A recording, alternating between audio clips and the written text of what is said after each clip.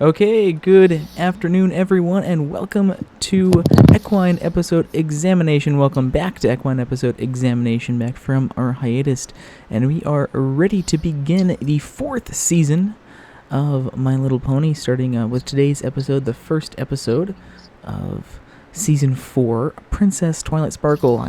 We're rewatching this. It felt... because of that year hiatus between Season 4 and Season 5, even though this was only, a couple seasons ago in the show's canon, it was it just feels like it was so much longer. Like watching this episode, because the finale of Season 4 happened right like a year before Season 5 happened. So this was like all the way back that previous November. So this feels like it was such a long time ago. I almost feel nostalgic, even though it really shouldn't, because it's Season 4. But it was kind of weird watching it again, since I hadn't really watched much of Season 4 for a while now, so I'm kind of looking forward to rewatching some of it for these. But anyway, we're back with more Triple E, with our Season 4 episode flashbacks here, leading into Season 7 sometime this spring, when we'll be restarting back up our stuff for the newer episodes of MLP. If this is your first time joining us for an Equine Episode Examination, pretty much all this is a discussion show about the show, where we just go back towards an episode. Usually, during the season, we go to the previous episode that aired. Right now, since we are in hiatus, we are going back to older episodes in our episode flashback, and we're currently on Season 4. We're just going to discuss the show. We have a sort of loosely organized format where we'll start discussing things more generally, like the story and characters, and then work our way to more specifics, like the animation or music, near the end of the show. And we have a lot of stuff to talk about today, obviously, with this being a two-parter, so I don't want to waste too much more time going into this. So I'll have everyone introduce themselves really quick. I had a couple people with me here in the call. I'm Rain Shadow, if you didn't know. Hey everyone, it's Mr. Ben. I'm Jay Smith. The normal crew is all here, and of course, everyone in the chat is please more than welcome to participate in the discussion. That's why we show it on the stream here. It's a group discussion with everyone, so please bring up points, bring up opinions, or whatever, so we can discuss it. I usually take notes. I didn't today because I fell asleep most of the afternoon, and so definitely. If you have anything you want to say, or any scenes that we miss, or plot points that we miss, or whatever, please bring it up. It's been a while since everyone's seen the episode, so don't want to miss anything that's important for discussing here.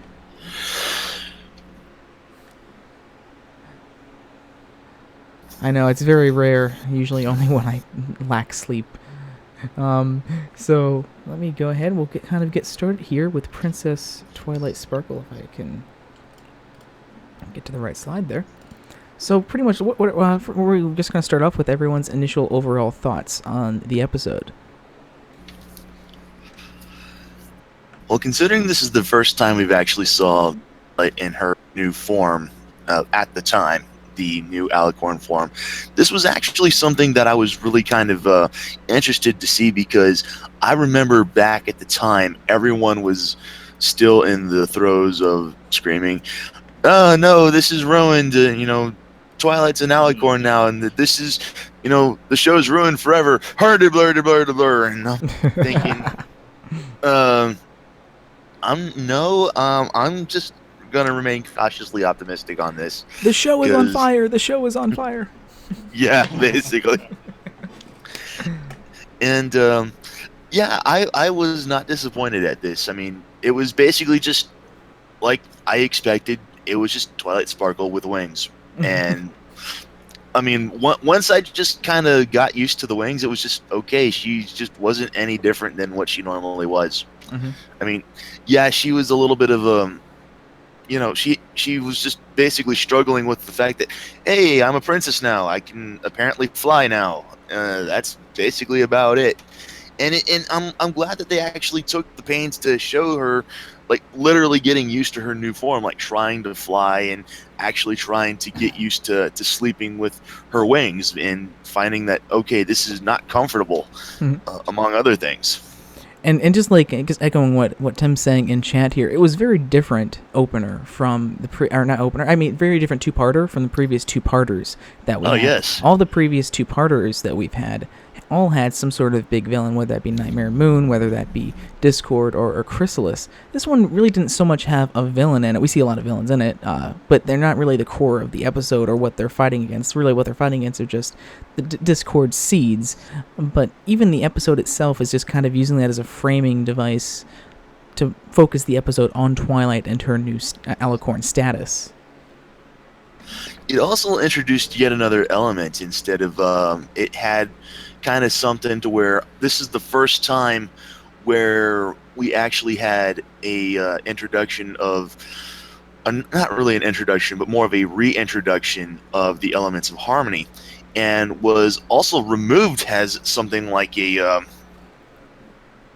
it was kind of something where, like, okay, this is the tree of harmony, and it turns out that the elements of harmony originally came from this tree of harmony, and it was to the point where the elements had to be returned to restore, well, harmony, if you will. Mm-hmm. And it kind of left the potential opening, well, okay, we've never really used these particular powers for anything other than A, defeating Nightmare Moon, and B, defeating Discord. So if any other large particular threat were to attack Equestria again, would we be able to protect the countryside or something like that? And this wouldn't be answered for much later on, but that kind of sort of left that opening. And one of the things I will comment, I've said this a million times, and I will say it again, in regards to Twilight's flying ability. Obviously, she's new to wings, she's going to have trouble flying. They make that very clear in the beginning of this episode and in the first Equestria Girls movie. It doesn't really contradict, I don't take it as contradicting the end of Season 3. Some people will say, oh, she was gliding, whatever. Really, the easiest explanation, and I think the most truthful explanation, is that was in the context of a musical number. As you know, in musical numbers in the show, with a few exceptions like the CMC's rock song and a few other ones, the song's numbers don't take place in the show. Like most musicals, like the song numbers don't take actual place in the show's universe. It isn't like everyone is actually getting around and singing the song, or they're going to all these different locations, singing a line, pausing, traveling to a different location, and then continuing singing a line. That's not how musicals work. Musicals are something that we as the audience are viewing to get a better context of the situation. There's a lot of reasons why musical numbers are used, and I won't really spend a lot of time going into it here because I've gone into the past, but a lot of times it's a lot easier to convey information to the audience and a lot more entertaining to convey convey information to the audience in a musical number. And so that's what was happening at the end of the Season 3, was musical number. Obviously, Twilight isn't really singing in universe, the crowd isn't really singing in all in harmony in universe, and Twilight isn't flying towards the camera and saying everything's going to be just fine to us in universe. That's all something that the show is presenting to us.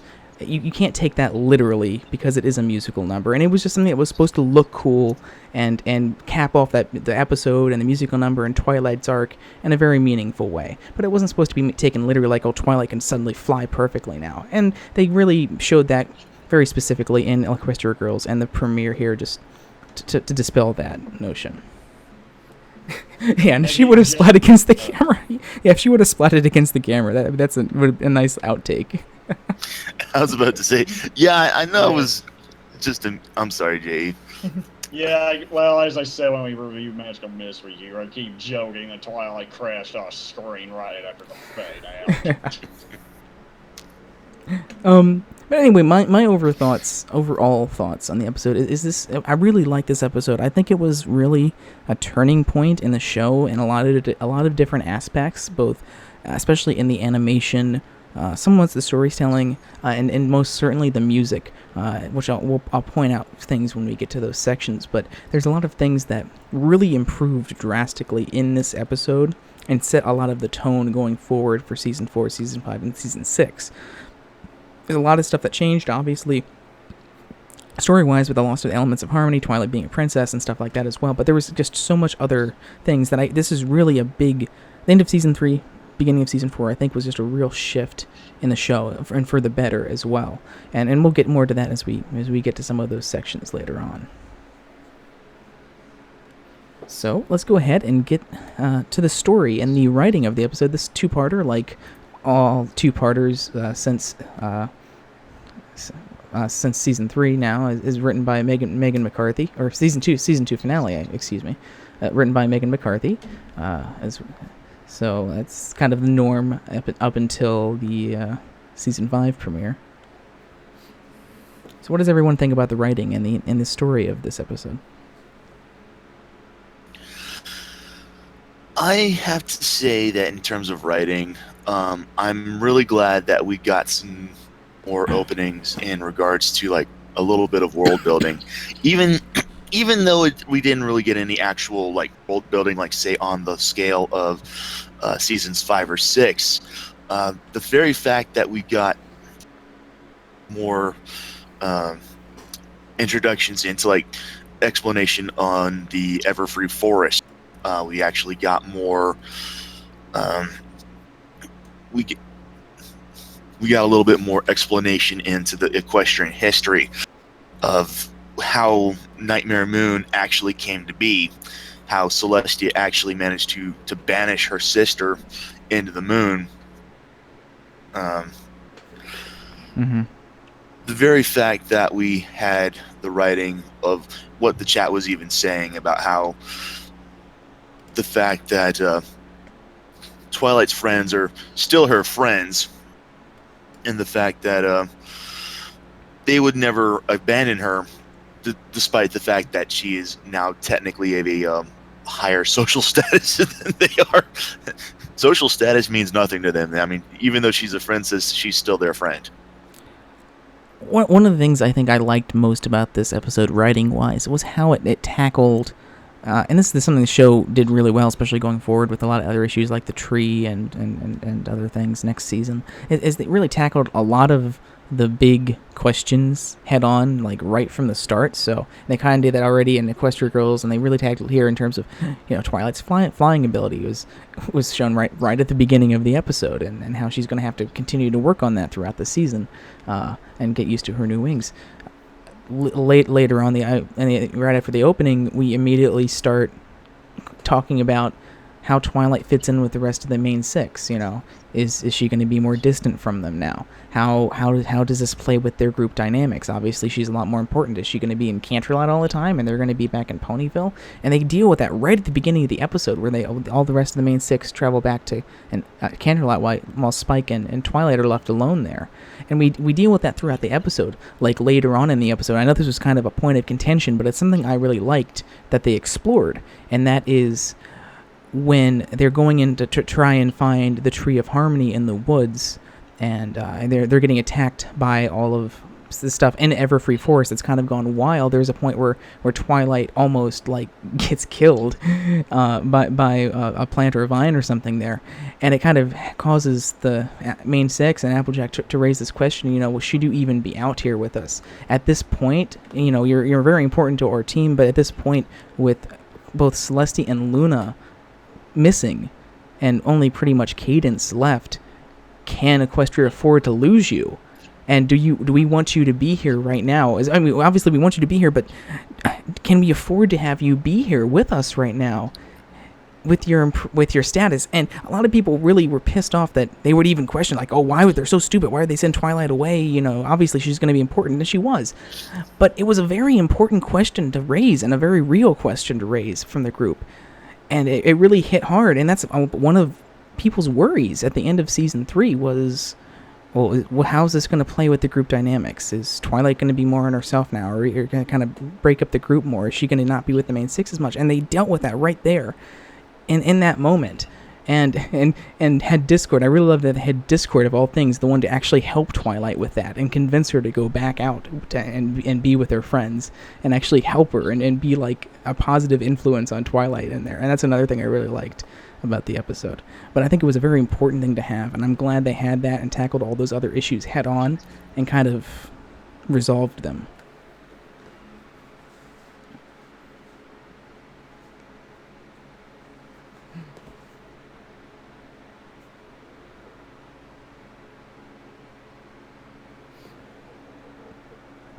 like Tim said a little bit ago there, I mean, this was written kind of as a character study for Twilight, and I really worked out well. And it was a lot different from a lot of the two-parters because of that.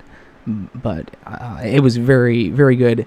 And like Mr. Ben's comment, it expanded not only Twilight, but a lot of the other stuff we know about the show's universe, like Discord and Celestia and Luna. Yeah, but let's say I was just about to mention it not just so much character development on Twilight's part, but we also get a little bit of character development on a couple of other characters such as Discord and even Princess Celestia as well. I'm not going to really go into that right now. I'm going to wait until we actually cover characters to go into a little bit more detail on that. But see, that's the thing. You're Draconis Media. You're completely missing the point of what happened in that scene. She wasn't just shoved aside because her friends didn't want her there anymore. Her friends were legitimately concerned, as one of the few remaining princesses of Equestria, if they were to lose her and Equestria was lose her, they were thinking of the bigger picture. They were thinking about more than just themselves. They were not being selfish. They were thinking of the big picture. What if we were to lose Twilight as well right now, in addition to Celestia and Luna? Would Equestria survived? It was a real question, and I think Twilight should have stayed there. I think she's very important. In this episode and future episodes, prove that even though Twilight is a princess, she still very much depends on all of the main six and all of her friends. She is nothing without them. And this episode continues to show that, and they show that even more in future episodes. So yeah, she should have stayed, but they raise a very valid point, and something that I think it was good that they raised for it.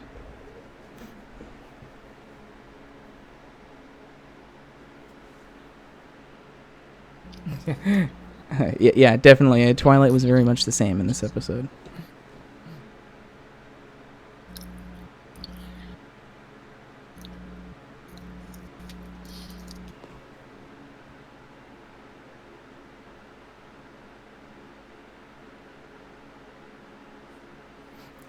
I will say that the whole things that happens where Twilight kind of gets sent away and Discord changes her mind did happen a little quick. If you feel like, she's going away and now she's going back, but I still think it was an important thing to happen, and just within the context of a 22-minute episode, a 44-minute two-parter, it's something that I think that it would have been hard to expand upon without hurting other parts of the episode. So, I mean, if you look at it kind of all in one piece, yeah, it goes a little fast, but I think it's just kind of, a product of television, but it's something that I think was important for a character. That's a good question, Klaatu. Does Equestria need an Alicorn ruler? Well, I mean, I guess technically they need someone that can raise the sun and the moon. That's something that's important, and that's one of the reasons why they had Celestia and Luna. And before, I believe, I'd have to go back and reread the Journal of the Two Pony Sisters, which has a lot of background information about Equestria and why they asked Celestia and Luna to rule. I know that they had to raise the moon and the sun, like a bunch of unicorns all had to do it. I think that's why the summer sun ceremony is there. It's been so long since I've read that, but they go into much more detail of it there.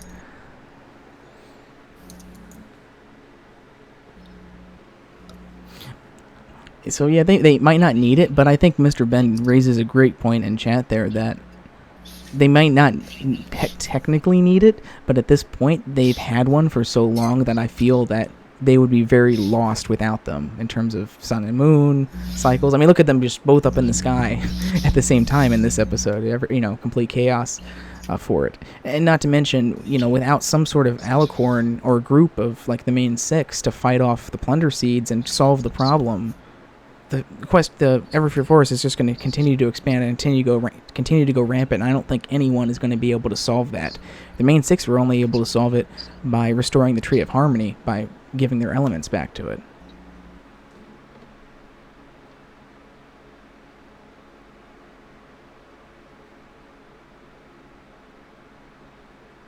I mean, humanity survived without, presidents and kings for some point, in time, but I don't think we'd have survived now without them. But to say, I do find the thing that I would kind of get the feeling that since this particular show is written in a very realistic manner in societal situations, both human and pony, I would kind of get the idea that the concept of Equestria waking up and suddenly realizing we don't have a government anymore would essentially lead to immediate anarchy, and it would just effectively devolve into just possibly infighting and establishments of quick governments as well. And it would just be complete and total pandemonium for at least a good couple of years until things try to settle down and new situations actually build up to try to get that taken care of. If you've ever played a game of Civilization, you'll know it takes at least a good number of turns before a new government is set up. Until Gandhi gets angry and then just nukes everything. Yes. One of the other complaints that I heard back when this episode premiered, which I sort of agree, see where they're coming from with it, and I sort of agree with it, is they don't really mention Cadence, so it's like, oh, Celestia and Luna are locked away. I don't think Equestria can stand losing another princess. I mean, the reason why they say that, they're not just shoving Cadence aside or forgetting that she exists. It's more that Cadence can't run all of Equestria on her own when she's already in charge of the Crystal Empire itself. And so it's losing another princess would put, even though Cadence is still there, would put Equestria really in shambles, having her trying to lead everything. I think they should have mentioned that directly in that line, saying, Celestia Equestria can't afford to lose another princess and only have, one Alicorn still in charge, or, a Cadence still in charge. It was kind of implied. Maybe they should have said it, but I don't think they were, pushing her aside or forgetting about her in that sense. Yeah, I feel the same way. I was just about to mention the thing is that another thing is that even though Cadence has probably been ruling the Crystal Empire since it reemerged in season 3, the fact that she's probably only had maybe a year at most to even be a actual ruler, even with Shining Armor, helping her as her husband and Prince Consort or anything like that. And Tim exactly says it right there. He puts it in the best way possible. Cadence simply doesn't have the experience or the power of Celestia. And even what little experience she does have is only limited to the Crystal Empire. Trying to put her in charge of the entire nation would have been a catastrophe, just like he says.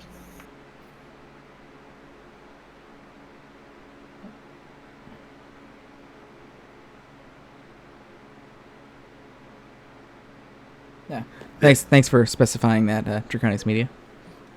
I knew there was something in there that they mentioned about it. Yeah. Draconicus blah. DM12 makes a great point. Okay, Porky.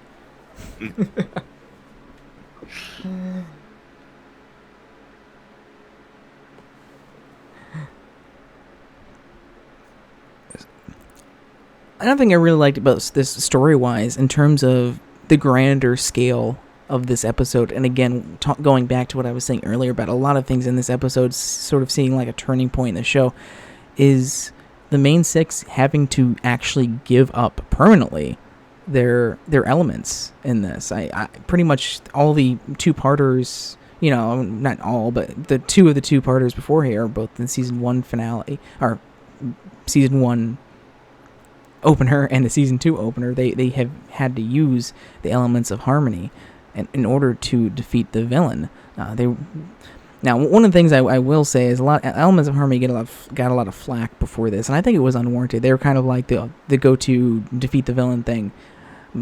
But a lot of people seem to think that they always use them, but they really only used them twice before here. The only other times we used the elements of harmony, that's it. The season 2 finale, they used Cadence and Shining Armor, and they're that kind of love bomb that they had in there. They tried to use the elements, but they never actually got to them because the Changeling stopped them. And the season 3 premiere, it was all about restoring the Crystal Heart. So the elements were important to the show, but a lot of people, I think, back in that time period, gave them a lot of flack for being overused, even though they weren't really used much.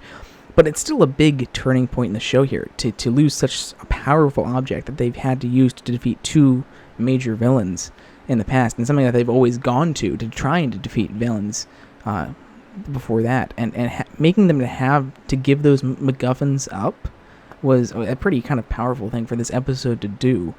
Going forward, pretty much giving up who they are and kind of exploring, are they still going to be, are they still the same after that, or what, and having to return those to the tree. So it was an interesting concept, and interesting that just going forward that they can't use those anymore. They're gonna to defeat villains going forward. They're gonna have to do something else.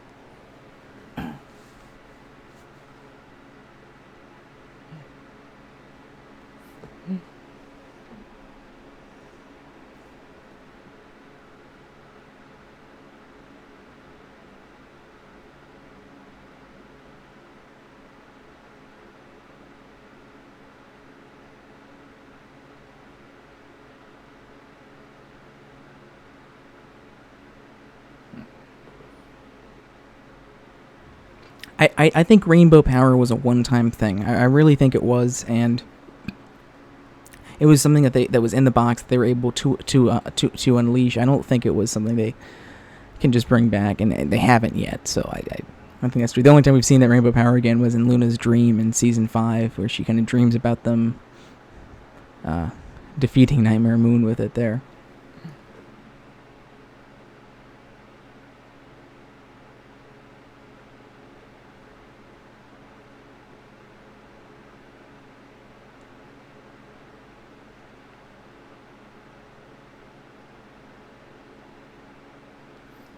But yeah, well, I guess we'll get to Rainbow Power when we get there. We got a ways to go.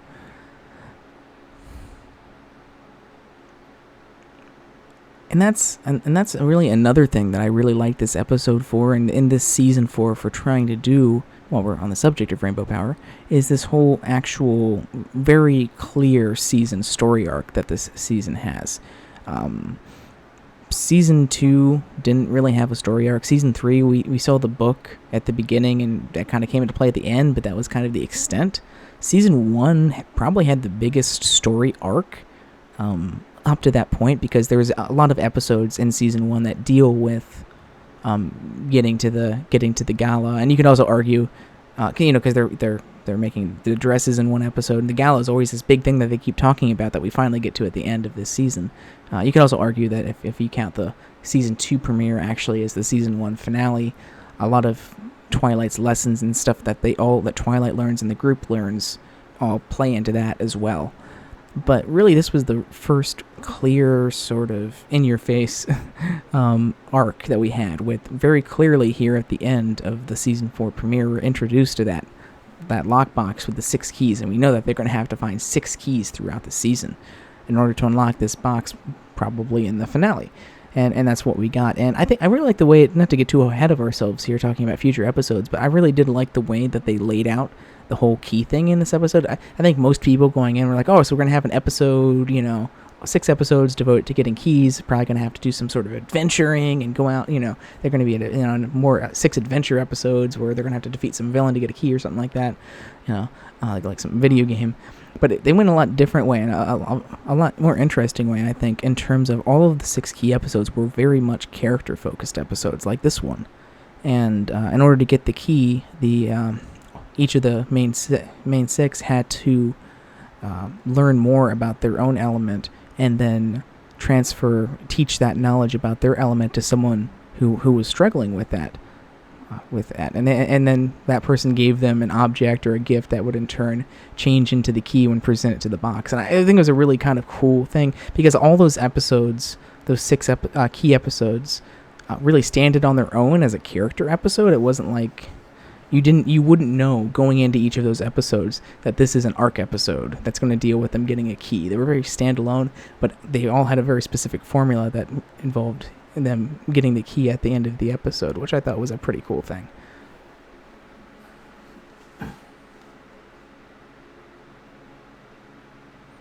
And we really haven't had such a clear arc since then. We've had season 5 had a couple of different things. We had Starlight appeared in the beginning and pretty much the end, and then the cutie map, which had, much like the key episodes, a few episodes with the map in it throughout the season, including going into the finale where the map played a big part too.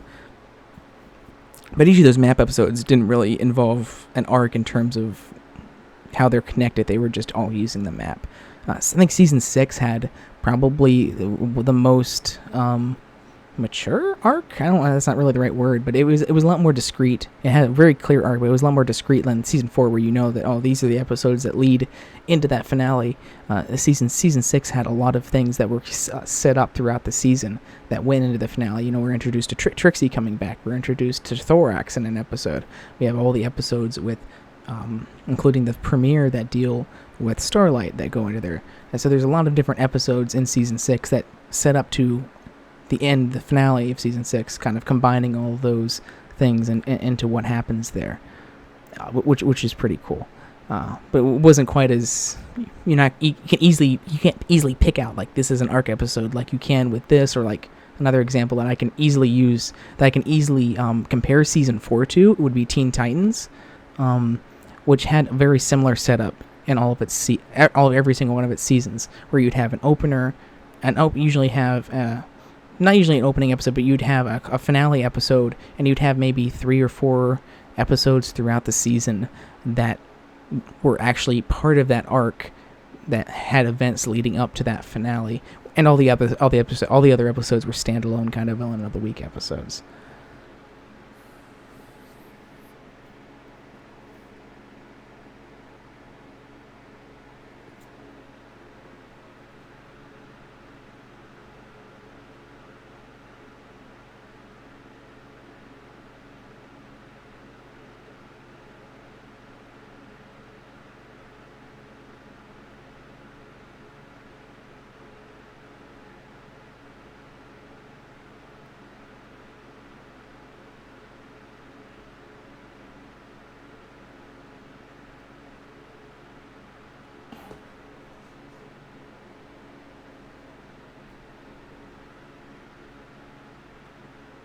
Yeah, five. I mean, like I said, it had the Starlight thing at the beginning and the end, and it had the map episodes throughout it.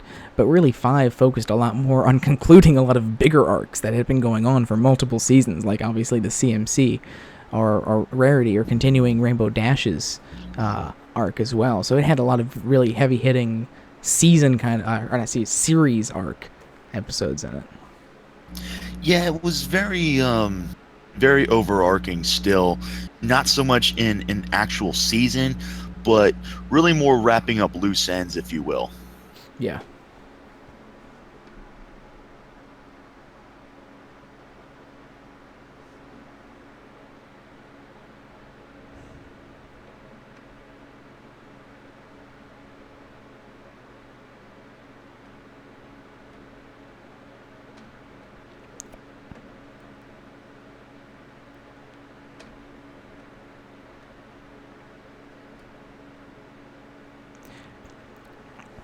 I think one of the coolest things definitely about this episode, like we mentioned before, was a lot of the backstory that was given in it, and you actually, at the beginning of the second part, we actually get to visually see Luna's banishment by Celestia, and just kind of that whole emotional moment in it, as well as we get to see Celestia and Luna battling Discord for that first time, which we knew they did. But actually getting to see it here and seeing them actually doing something, not to bash Celestia and Luna, but actually getting to see how they were in Twilight's position at one point before Twilight came along and she was able to kind of take her under her wing as her apprentice. How they were out there doing the same kind of stuff, hands-on fighting villains like Discord. It was kind of cool seeing them in that position for the first time.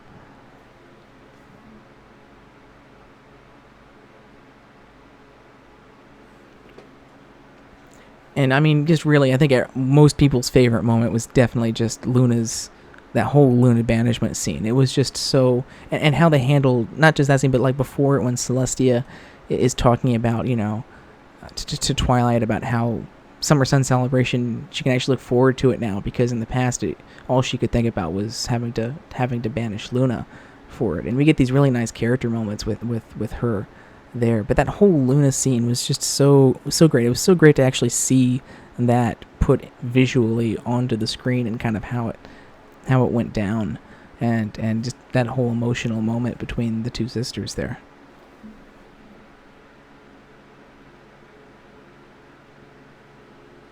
And that's definitely, Tim, I definitely think that's something that one of those turning point things that I've been talking about for Season 4 here, that we see more and more going on, and especially in Season 5, once we get to Season 5, is more and more continuity, more and more kind of references to past events, past characters, arcs being continued or concluded in some points, using a lot more of the series' continuity than we had in a lot of past episodes.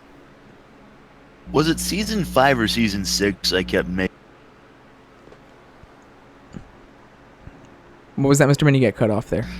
I said, I'm trying to remember. Was it Season 5 or Season 6 that I kept making the joke that it was just constantly referencing Season 1? Probably was Season 5. Yeah, I honestly don't remember at this point. Kind of blurring together anymore. Yeah. I just remembered that there was a bunch of Season 1 references in in either Season 5 or Season... I want to say, like you said, it was Season 5, but I wasn't entirely sure. It had to be Season 5, because that was like when we had episodes like Amending Fences, which was a big Season 1 reference. It had to have been, yeah. So...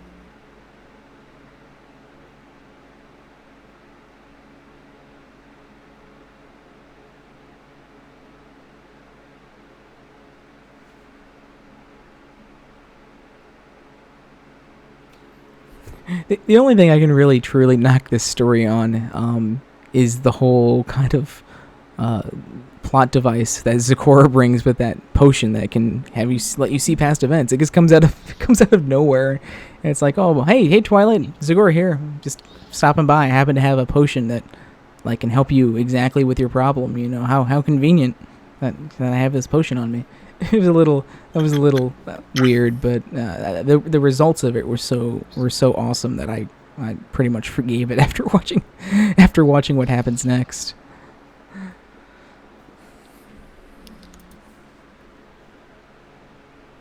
Oh, ouch.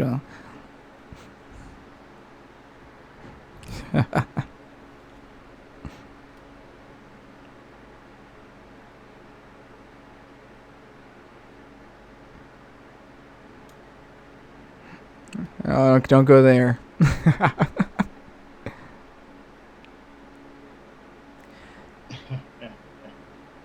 Oh.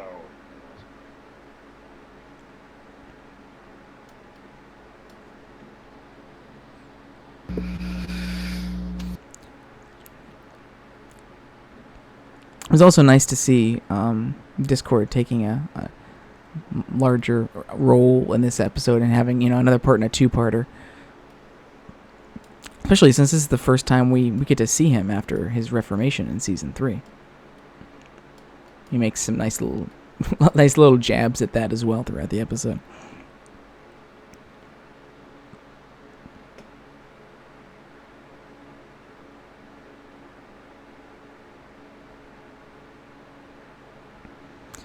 Anything else for story? Well, I guess I did like I did like how they kind of capped this off with the Summer Sun celebration again, using kind of the series continuity and something we've seen before, but now putting Twilight in the place of actually participating, being that we know how much she was inspired by going to the Summer Sun celebration herself and seeing Celestia raise the sun.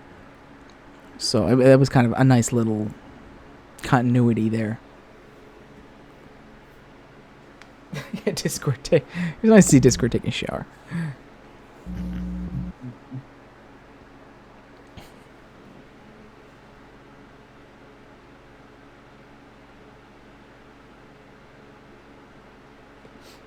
So anything else for the story or the writing that anyone wants to hit on before we move on? I can't think of anything. I think we covered most of the main points of the episode.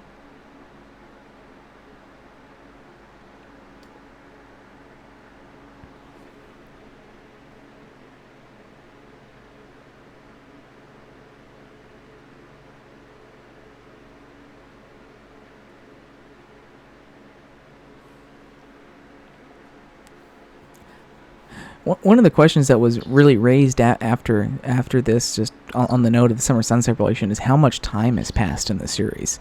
Because this episode seems to hint that it depends on how you read what Celestia says, it seems to hint that only a year had passed.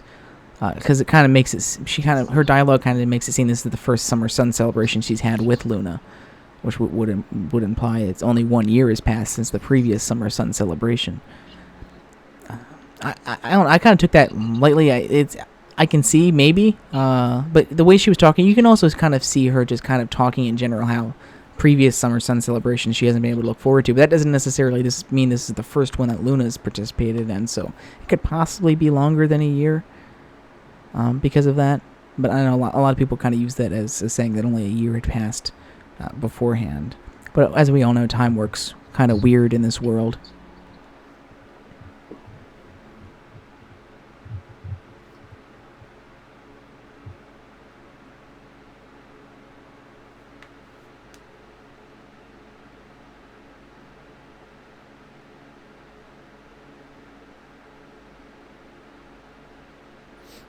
I mean, yeah, you could think that too, Tim. I mean, when I first watched the episode, I didn't think it was a year. I just thought she was talking about past times, like in the past, it meant something bad for me because Luna wasn't there, and that's all I could think of. But just because she's saying in the past doesn't mean she's saying the previous one.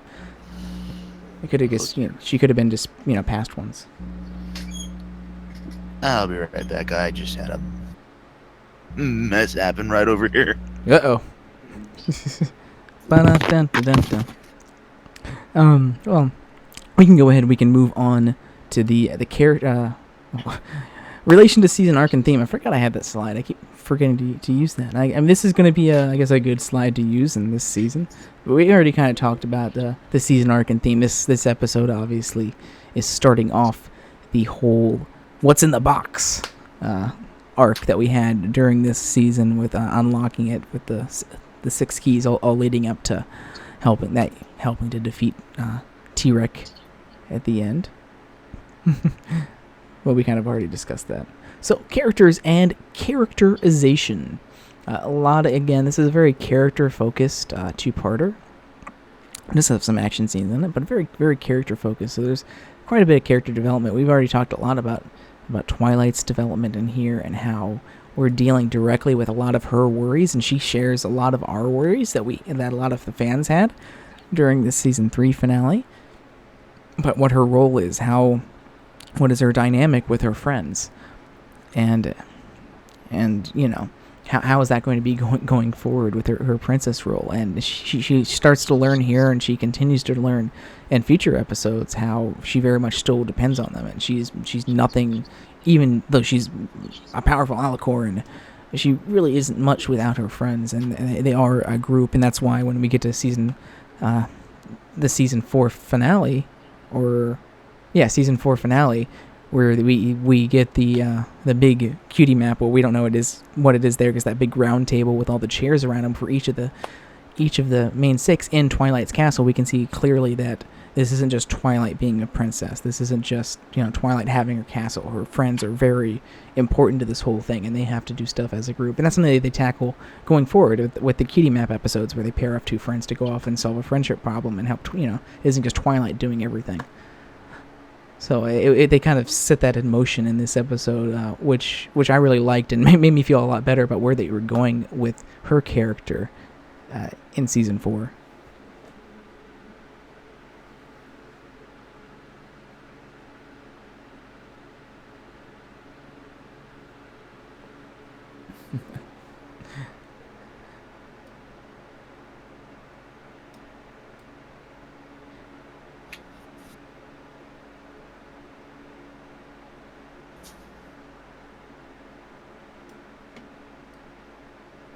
Oh gosh. One of the other neat things about this episode is we kind of get to see Twilight test it for the first time in terms of being a princess, being a leader. I mean, it's not the first time we've seen her as a leader. It's not really something completely new for her, but being someone who's not just leading the main six and being proactive and doing stuff, but actually being a princess and having those responsibilities and that authority that she has that comes with it.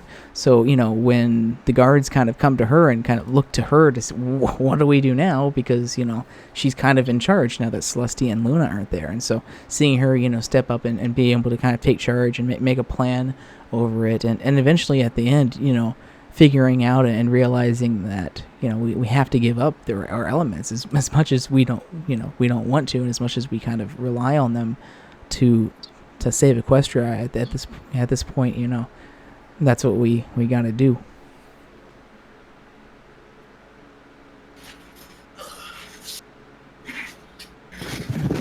And yeah, I think Draconius Media brings up a really good point, because that was another one of the major concerns. I don't know why it was a concern, but it was a concern after the season 3 finale, that Twilight was going to change and her character was going to be different, and she was going to suddenly act like Celestia, I guess, and not have any, have a lot more laid back person. I don't know. I don't know what people thought she was going to turn into exactly.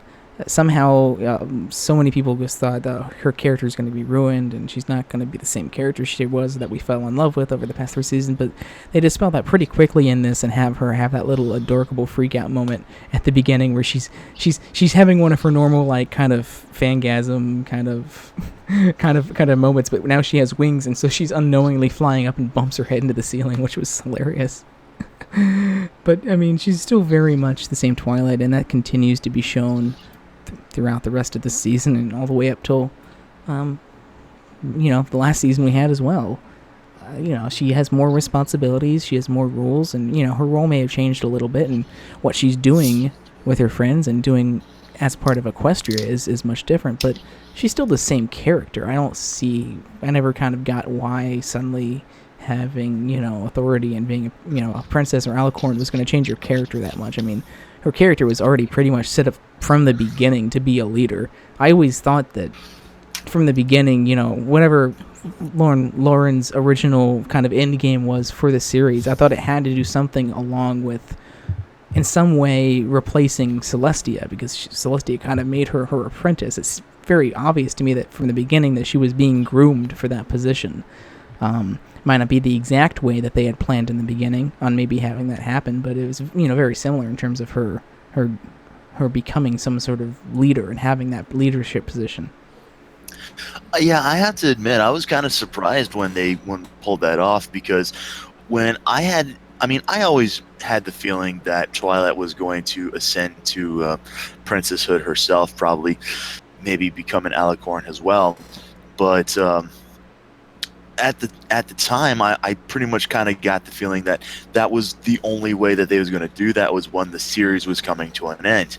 And I didn't even really consider the fact that they would even continue the show beyond Twilight's ascension. Mm-hmm. But then when they actually had Twilight ascending at the end of season 3, and then they can announce that there would be a season 4, that was why I was like, okay, how are we going to hold on to this? I mean, this was what got me twiddling my thumbs in anticipation, if you will, just kind of tapping my fingers a la Mr. Burns. Just well, and the funny thing is, I mean, when the finale of season 3 was originally written by M.A. Larson, it was supposed to be the series finale too, but they kind of got that late green light for season 4, where they had to kind of rush and make some changes to it to have that continuation. But I mean, it's definitely given us a lot of opportunities just over the past 3 seasons to explore with her in that position. That if she wasn't in that position, we probably wouldn't have gotten to explore it. I mean, she has so much more responsibilities. We got the cutie map, all the episodes that come with that, and all the key episodes, and there's so much more that we were able to do with her character now that she has a lot more influence and a bigger role in Equestria.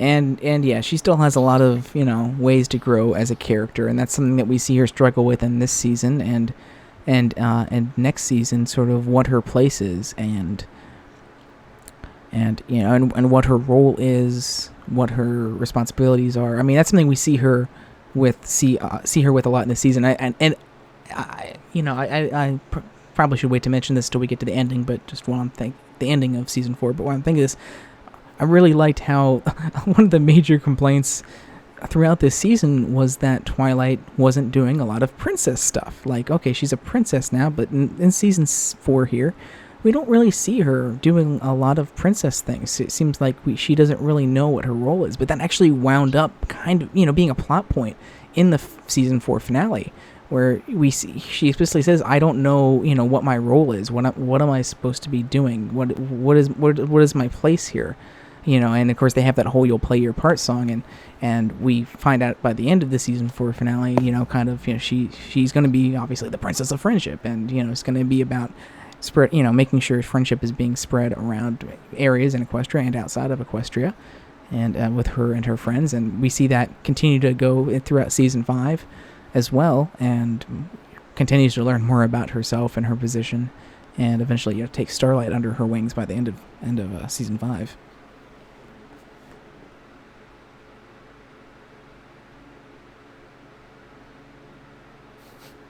That's what Nightmare Moon should have said in the flashback, Mr. Ben. In this episode, there can be only one.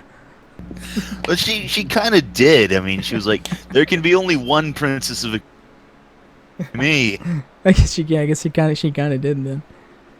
The only thing that she didn't have was even then, she really didn't need one per se.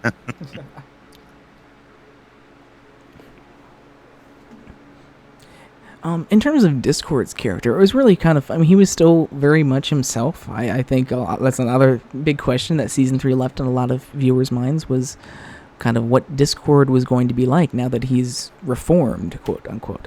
And, is he going to be completely different? But here we see he's pretty much his still trickster self. He's, not actively trying to take over Equestria, but he makes a lot of jokes that, I'm reformed now, I'm supposed to be good.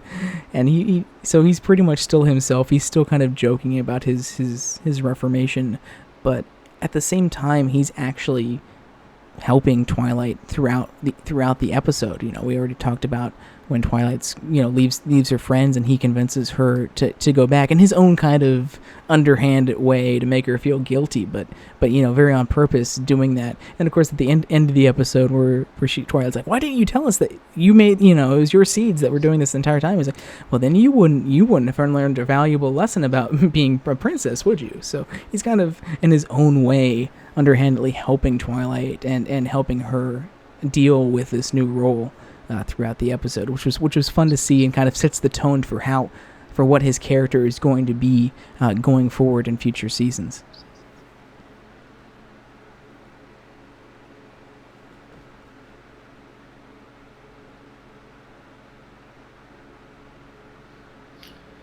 Let's say I do have to admit that one of the best things about this particular situation here was basically just his characterization, because once he realizes that the Twilight and her friends have just surrendered the one thing or things that essentially could have stopped him if he decides to take over Equestria again, Discord realizes this, and you can practically see the gears in his head turning, already plotting something devious.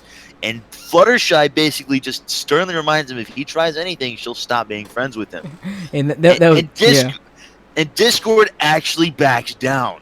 Yeah, and that's one of the other things I wanted to mention for Fluttershy's character was seeing her still actively standing up to Discord there at the end, and getting him to stop thinking what he was thinking about doing, even either they didn't have the elements, and kind of the power that she still kind of has over him with their friendship as well.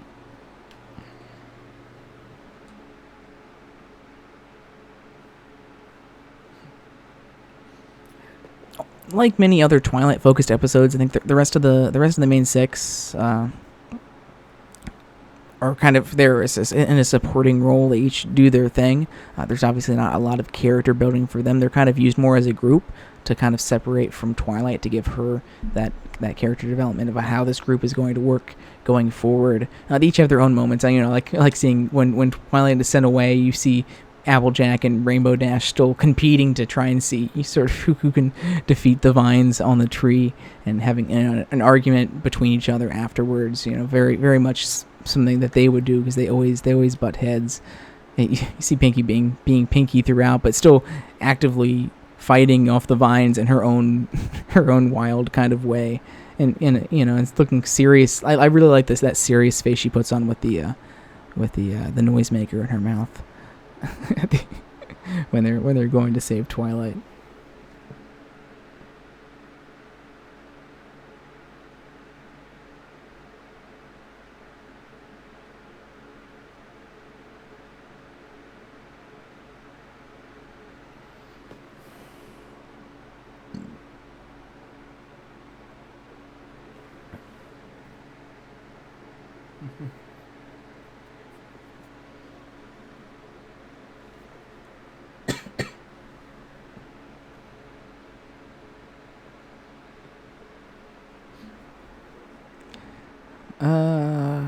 It was nice seeing Zecora again. I already made a comment about that. I mean, I guess the next one would be, again, just Celestia and Luna, and we talked about this already in the story department, but just, again, seeing their, what happened with them back, when Celestia is banishing Luna to the moon, and just that whole scene is just so powerful, especially in the animation department, and just, seeing Celestia pretty much like crying as she's banishing Luna to the moon. There is a very powerful moment, and they really brought that scene to life. Like we all knew that this had happened in the past. It's something that has been set up, again, referencing continuity from earlier seasons, but to actually see that put on screen, and seeing the kind of the emotional toll about it, and seeing her wield all of the elements against Nightmare Moon was really cool to see.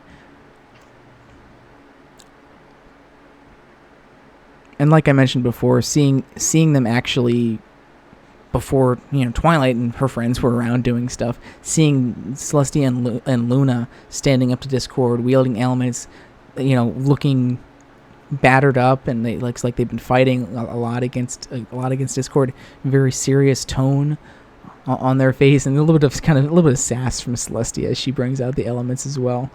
It was really fun to see, and it's just, again, nice to get that view of them, of how they were like in the past, when they were the ones who were leading and defending Equestria. So it brings a lot of context to a lot of the series now, and when we see her relying a lot more on Twilight, and giving Twilight the space that she needs to learn stuff on her own and save Equestria on her own, which I think ultimately led up to Twilight being able to save Equestria here, getting all that experience, and then not even having Luna or Celestia here, or even the elements to help her.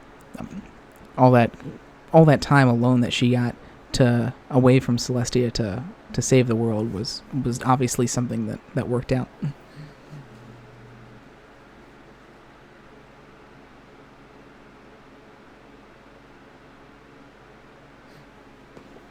Yeah, it just brings a lot more depth to their characters, that no, they're not just sitting around sending Twilight out to do all their dirty work for them.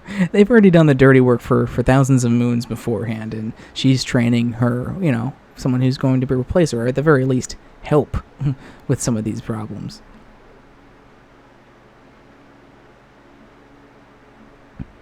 And that's something there I forgot to mention, really talking about the Tree of Harmony, as well, because that was something that was introduced in this episode, and has been kind of used a couple times going forward, but it kind of sets up a lot more of this kind of prophecy thing that Twilight has, really, to replace Celestia and Luna, because the tree, of course, has the sun and the moon on it, and then all of the elements with Twilight's cutie mark there in the middle of the tree. So again, just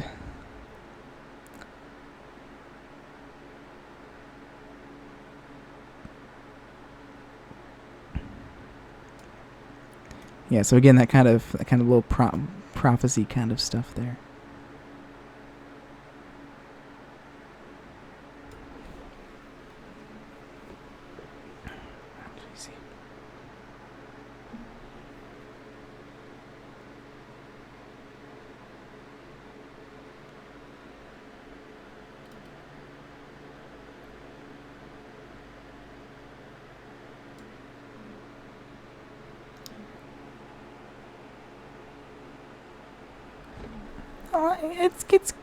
It's pretty distinct. I mean, it's the exact shape of Twilight's cutie mark. It's just a lot bigger because each of those points on the 6 points on the star, they're each point to an element.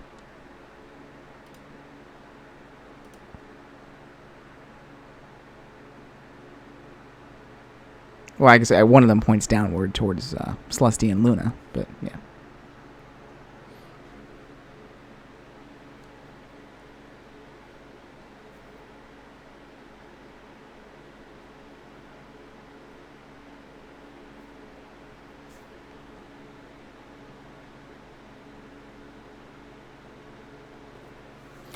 But I see what you're saying. You're trying to maybe relate this to Sunset, Tim?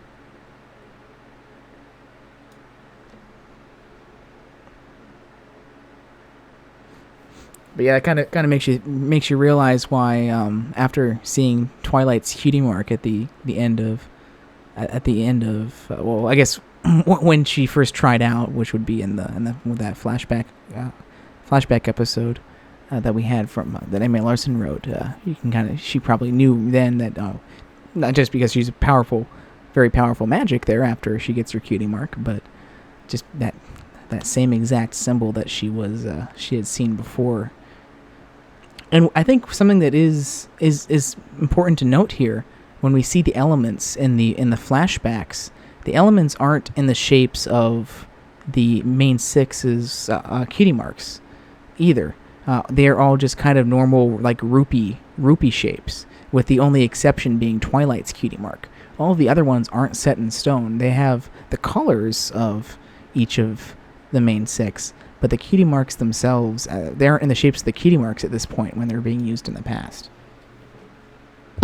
Yeah, because then they become the shapes of the cutie marks in the season 1 premiere when the main six first got them. Yeah, so that's probably why they turn to the cutie marks to, I guess, bond with the owners, I guess. Yep, but Twilight's was, which is interesting too.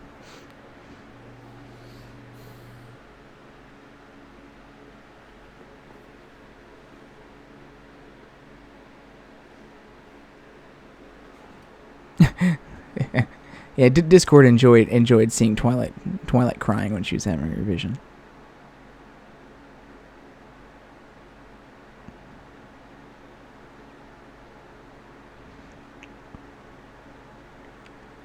Anything else for characters or characterization that anyone wants to bring up?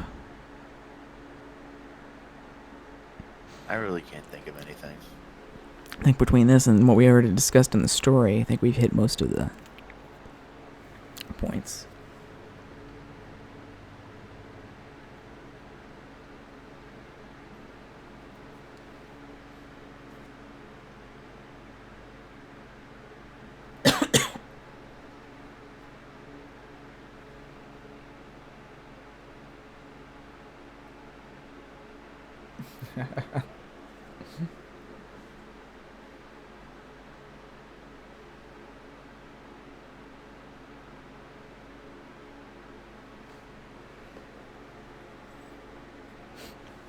I mean, it's definitely like Twilight is very important in the universe because of this, because obviously Cadence, it doesn't have a cutie mark there on the tree.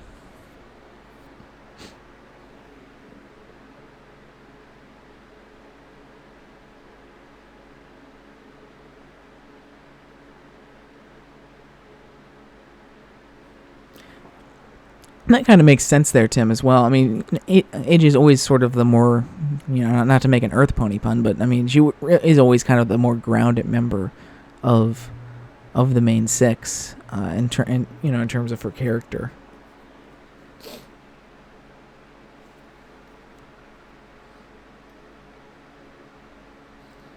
So it makes sense to see her and in Rainbow Dash both trying to compete for for that kind of leadership position.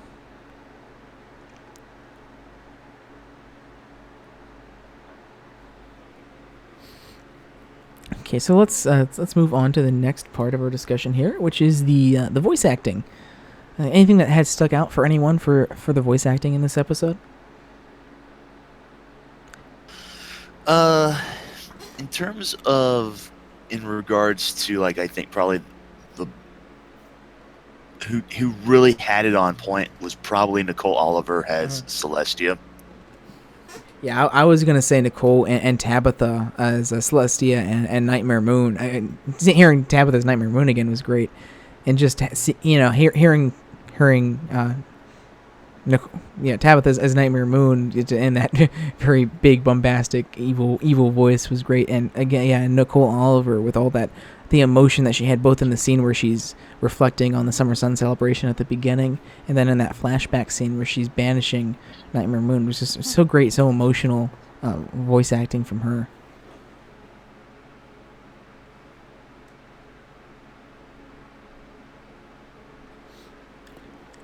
And really, I really think that Tara did a fantastic job throughout this episode as Twilight. I mean, obviously, she gets a lot of screen time throughout this episode being the focus, and taking her through a lot of different emotional states, and it both in the flashbacks and giving away their elements at the end, and dealing with all these kind of problems of being separated from her friends and stuff. And I think she portrayed Twilight so well in this, to the point where it's almost not even noticeable, because you're watching this and it's Twilight, and it just makes so much sense. You forget that this is a character that's being voice acted by someone. They just feel real, and I think she did such a good job on it that sometimes you just don't even notice it, especially in this episode.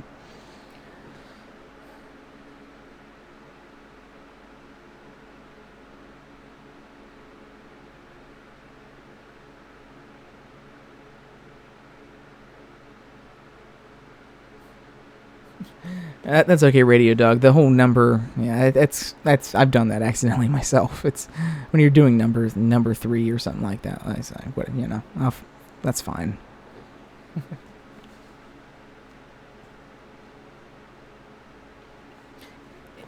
Yeah, I mean, Discord was Discord, and like we already mentioned that in the character episode, and Delance just went to town, and that's just I love hearing him play Discord when he's being a bit mischievous and messing around with the main six, and he sounds like he's having so much fun playing a character that's having so much fun being mischievous.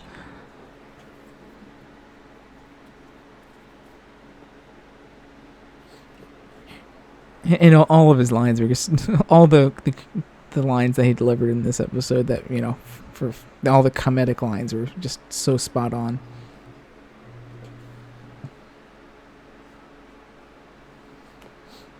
Yeah, I mean, and here, like I said, here we get Discord back for another 2-parter, when originally we just had him kind of as a season opener villain at the beginning of season 2, and that was it. It was cool to have such a big name voice actor on the show voicing a villain in that, but then to actually get him to come back and reform his character sort of in season 3, and then bring him back as an actual recurring character in the show that has very major part, has a very major part in a lot of the season's plots, and has like 2 episodes at least a season. And so he's a big part in this episode. He plays an even bigger part in the season 4 finale, and of course plays a big part in the season 6 finale, and has many great episodes throughout it. It's so awesome that they were able to actually get him to to stick around and voice this character reoccurring.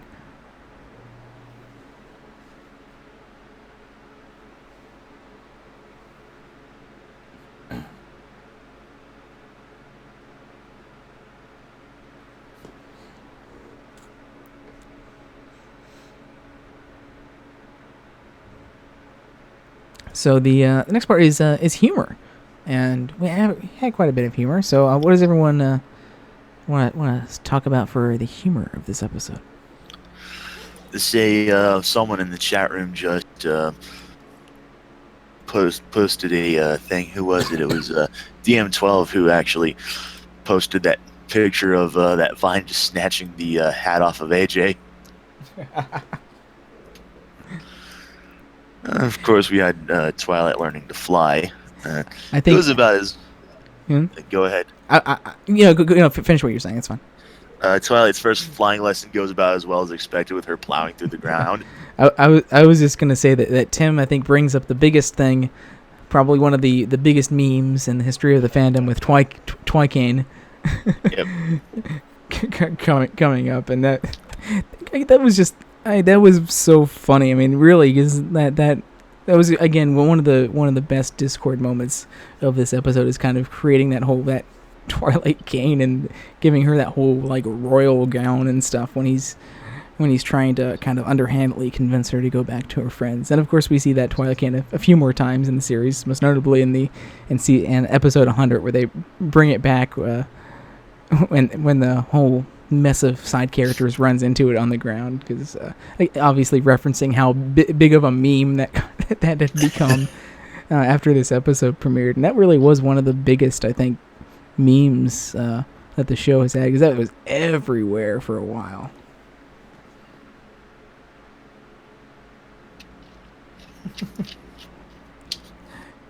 And of course, everything Discord in this episode was just so great. From right before we go to commercial break, he's like, "Oh, I'm gonna need more popcorn," and all of his humor was just so on point in this episode. Little bit of dialogue from like Rarity trying to cheer up a nervous Twilight. Don't be so modest. It's everyone's dream to someday and have their coronation ceremony preserved in stained glass for all to see. Rainbow Day, I don't know if that's everyone's dream. Most of my dreams are about frosting, says Pinky. Creamy frosting. Rated Dog also brings up another good one in the flashback with Celestia and Luna taking on Discord, where he takes Celestia's tail off of her. And Celestia's like, "What the hell?"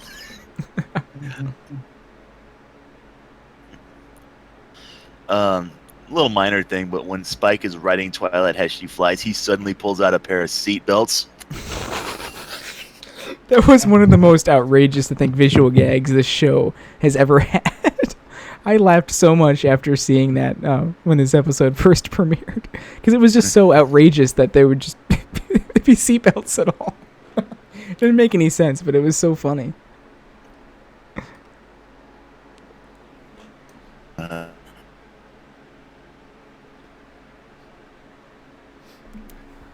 The cane, I think the cane was just so funny just because of Twilight. First, it was ridiculous. The whole sequence was kind of ridiculous, giving her this cane and pomp and circumstance and this, and that whole gown. But just, I think it was just Twilight's face on that cane was just so freaking hilarious looking on it. I believe that's probably. I think that was. I think Sibsy drew that, if I recall correctly. But it was just so cartoony and weird looking. Expression on the cane itself is just weird, especially considering the Twilight's more dour expression. That she's just clearly not amused at this at all. Oh, I forgot about this one till right now. I think the biggest laugh that I had in this two-parter, even more than the Twicane or even more than the seatbelts, is when Twilight's flying back to Ponyville, and she's she gets to Ponyville and she starts diving to land at the treehouse and realizes that she's losing control, and then gets to like within inches of the front door and just teleports inside, but she doesn't teleport Spike. And so she teleports away. Spike continues to travel towards the thing. It cuts to inside, and then it cuts to Spike banging against the window. The timing on that scene was just so fast-paced, but so perfect that probably got the biggest laugh out of me. I mean, and I know spike abuse, is whatever, but I mean that was a well set up joke, especially falling in line with Twilight having magical ability to teleport, but not so much a flying ability right now.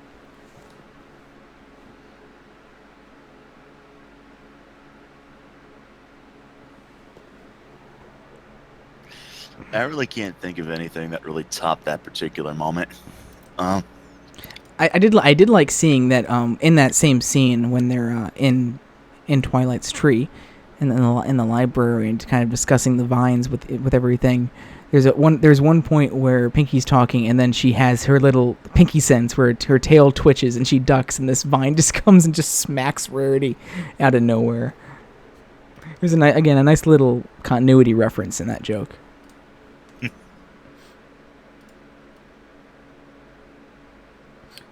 And of course, we already talked about.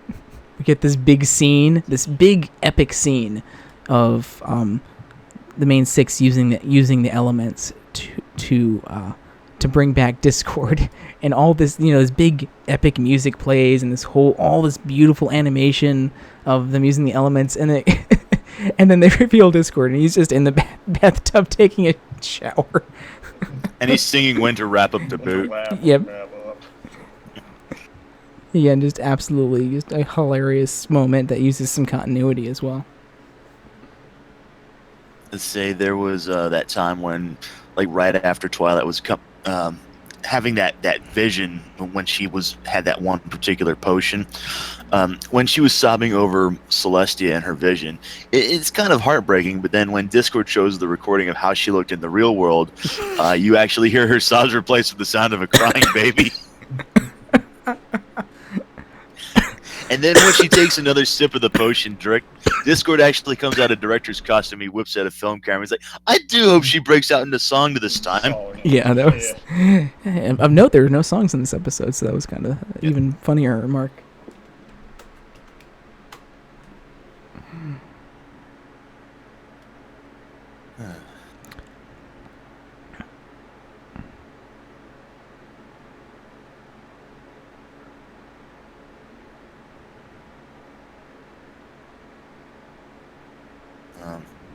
Discord filing his nails using gummy of all things.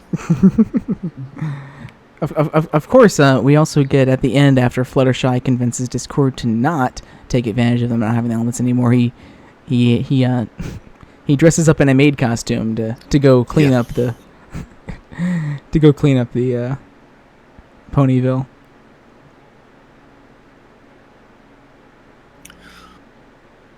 Loved this particular part when they were at the Tree of Harmony. Rarity's like, how are we gonna get down? And then Pinky proceeds to fall down the set of stairs that they all somehow missed.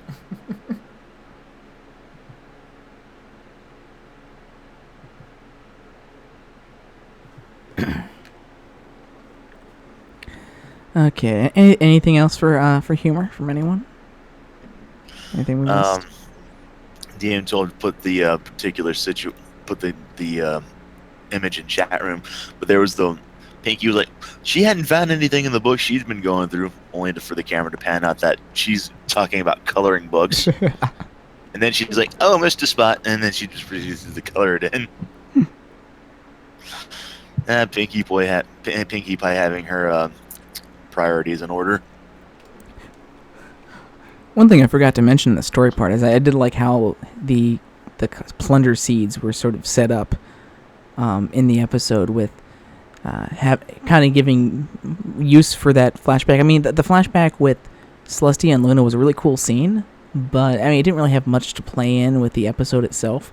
But then when we go back and we see them fighting Discord, we see him dropping all of those, whatever it is, nuts, seeds, whatever he's eating all over the ground, and that actually turns out to be what was causing the problem. It was a nice little subtle thing that a lot of people probably didn't realize until the end of the episode when he reveals it. And it kind of fits in with the whole Tree of Harmony thing, that the reason why they didn't attack beforehand is because the Tree of Harmony had enough power still in it to defeat it, but now that's quickly drained its power, and that's why their vines are taking over now, because the Tree of Harmony is dying.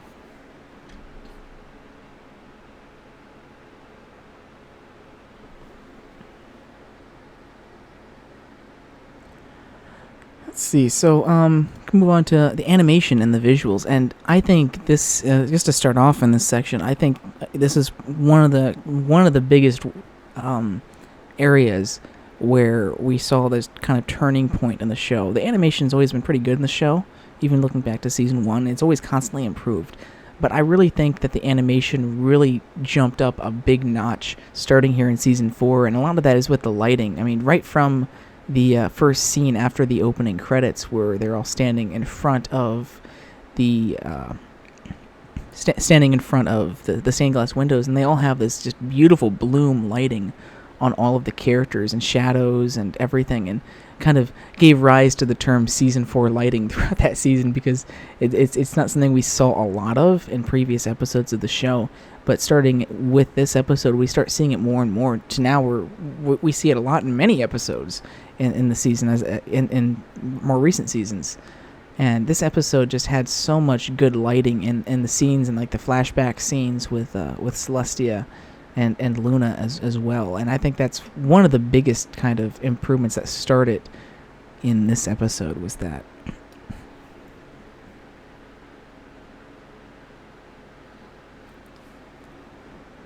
Because animating all those little highlights on the edges of the character, like if you look at the link that Draconicus Media posted in chat there, just all the edges there, the lit up edges, there's something that they do after the animation and After Effects, and it really works really well. I think this is probably the episode where they really started using After Effects a lot more to add in a lot of the shadows and lighting on the characters and scenes.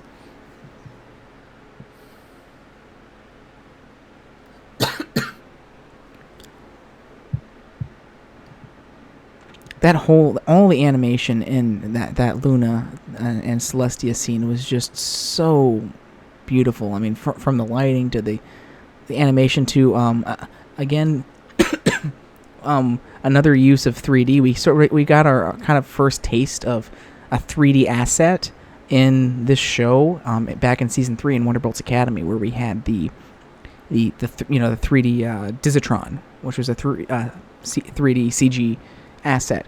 And here we have the in that flashback scene where Celestia raises that podium from the ground with the elements of it. That's another 3D computer CG 3D CG aspect of it, that with all of them spinning around and all of the elements themselves also spinning. All the little rupee like things are also CG elements, and it really fits in so well with the scene that you almost wouldn't even notice unless you were looking really closely. They did a really good job making it fit in with the show's animation style.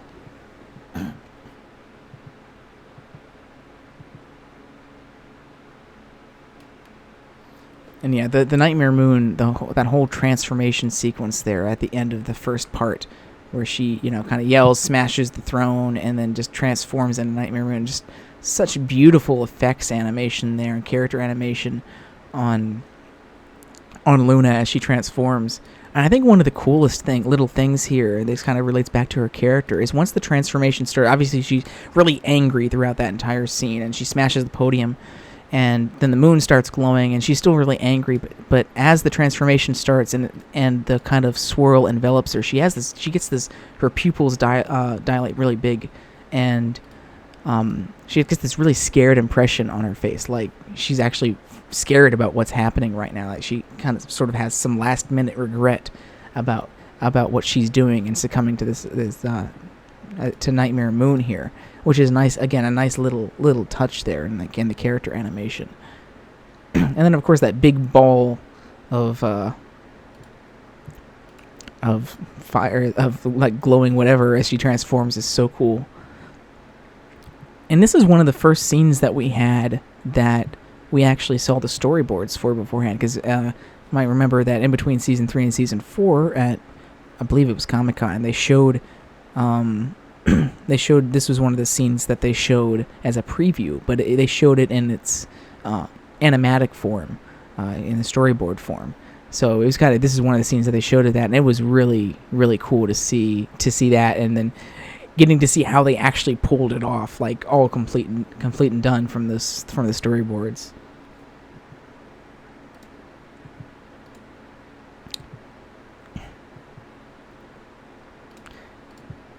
They also have a really nice shot at the end, at very end of the episode there, where it starts really high from Luna's or Nightmare Moon's perspective, a shot of Twilight, and then the camera pans down and kind of turns upward into Twilight's face, and it's just really good animated shot there with the camera movement.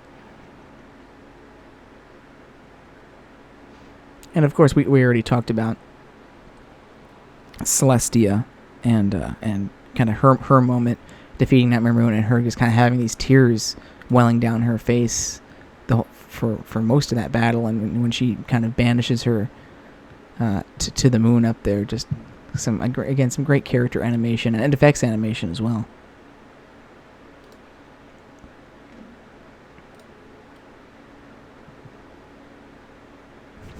I think one of the funniest things and coolest things about this is when we get to Discord's flashback scene, where Nightmare Moon and Luna defeat Discord, and he just doesn't think that these elements or whatever they have are going to be able to defeat him and his power, and so he's just there laughing this entire time that they're using the elements on him, and he's laughing so much that he gets into that kind of pose, and that's the pose that we see him in as a statue, of course, in the beginning of season 2, in the season 2 premiere, which was kind of again a nice kind of continuity reference to see why he was in that pose when he was turned to stone.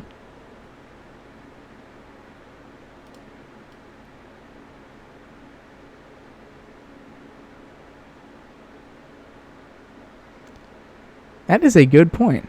That is a very good point. I never noticed that, Tim. I never took the time to look in the background there, but Tim is correct. For the houses, compared to how Ponyville looks now, and then Ponyville looks back in this very long ago flashback. Even though obviously it's been discorded and like everything's kind of crazy, the houses are still intact, even if they're kind of floating in the air.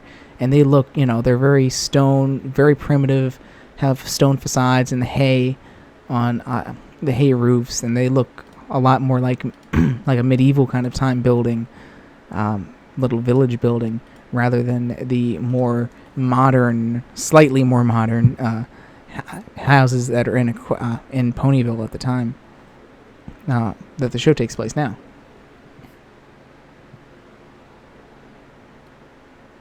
It's a very good observation. I never noticed that before. It's a nice little tiny bit of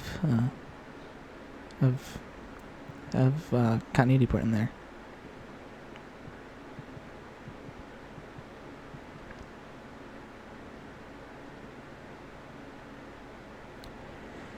I think one of my favorite parts, animation-wise, is kind of the battle when the main six come back to rescue Twilight. I think that was some of the best battle animation and fast-paced animation, maybe even animation overall, that I had seen from the series up to that point.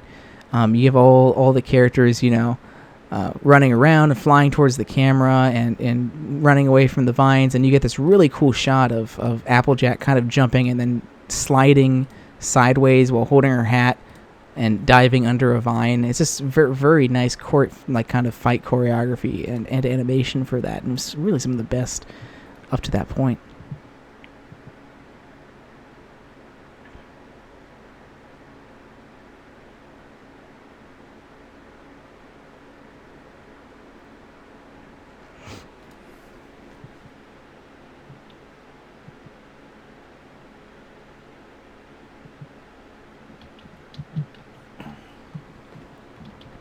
See, anything else for animation or visuals?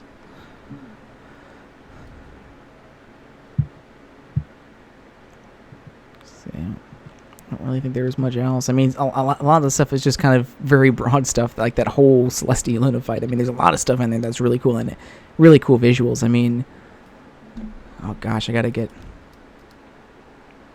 a screen cap of this shot here. Post this in the chat. Hold on.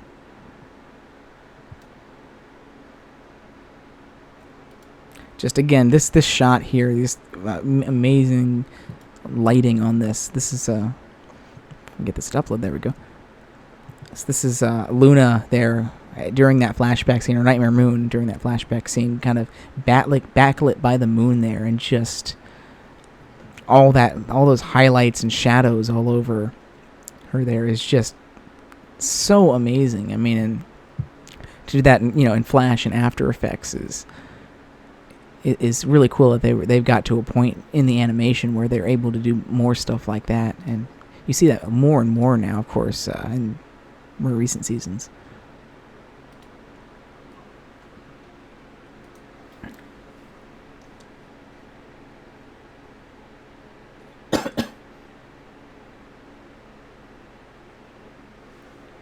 Okay, so didn't have any songs in this, so this was like the season 2 premiere where we were songless and just had let the character development action take place. But this episode had a lot of score and got kind of a lot to talk about here for this episode. I think much like the animation, this episode also was very much a turning point for the score in the series. We got a lot more orchestrated score, and epic kind of battle score in season 3 and the season 3 premiere and throughout season 3. Season 3 set up a lot of the themes that we hear, like the Magic of Friendship theme, and a couple themes from the season premiere that we hear throughout the series from then on. And the season 4 premiere here really set up a lot more. But the music here, the score here is just on a completely different level from most of the episodes that came before it. The season 3 premiere had some really great score in it too. Don't get me wrong, but this is just so. A lot of the score in this episode is just so emotional and so beautiful that it's amazing, and really it's still some of the best score, I think, from the series. And we and I'll have to point out some of the themes that this has this set up here as well. I gotta change this over so everyone can hear the music. So I forgot to change that earlier. Okay, so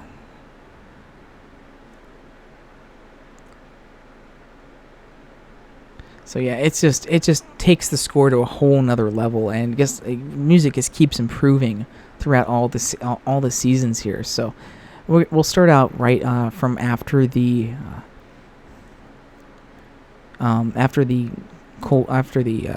opening sequence here, when the scene where Twilight is talking to her friends about being a princess now and what that means for her and her friends. The notable thing about this song, about this track here, is this introduces the Princess Twilight Sparkle motif. And this is a big motif that we hear for Twilight from now on, all the way up through the most recent season as well. We hear this a lot for her. And this is a theme that's introduced in this episode for her with her new princess role. It becomes a big number in the season finale here as well. So we'll hear that right at the beginning here. Oh, not this one, this one.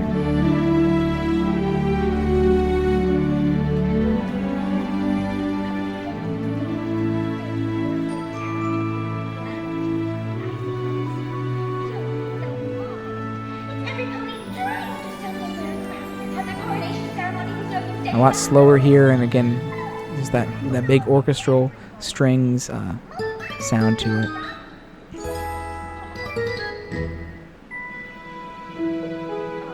This is another theme that we hear a lot going forward.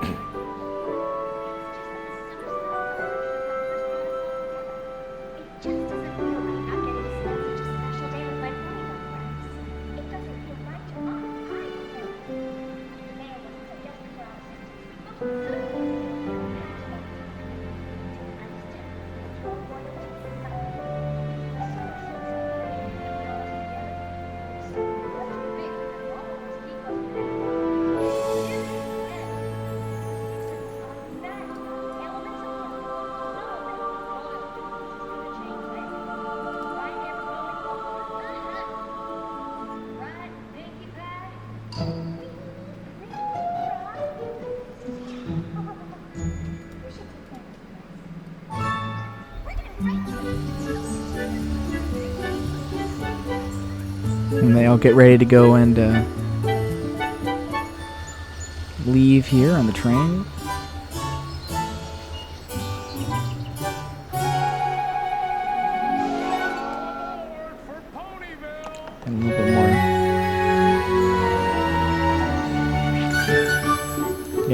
of the Princess Twilight Sparkle theme there.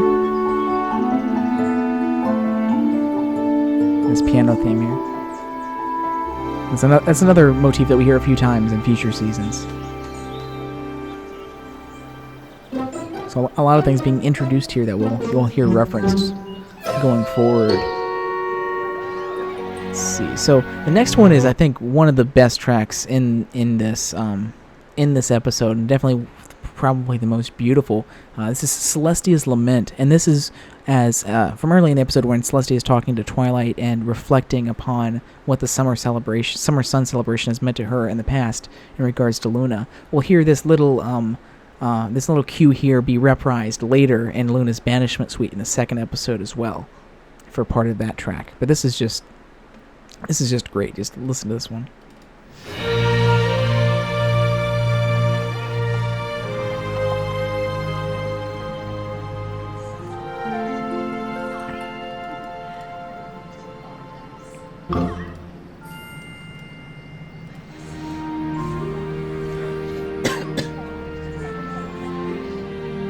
Here it is right here.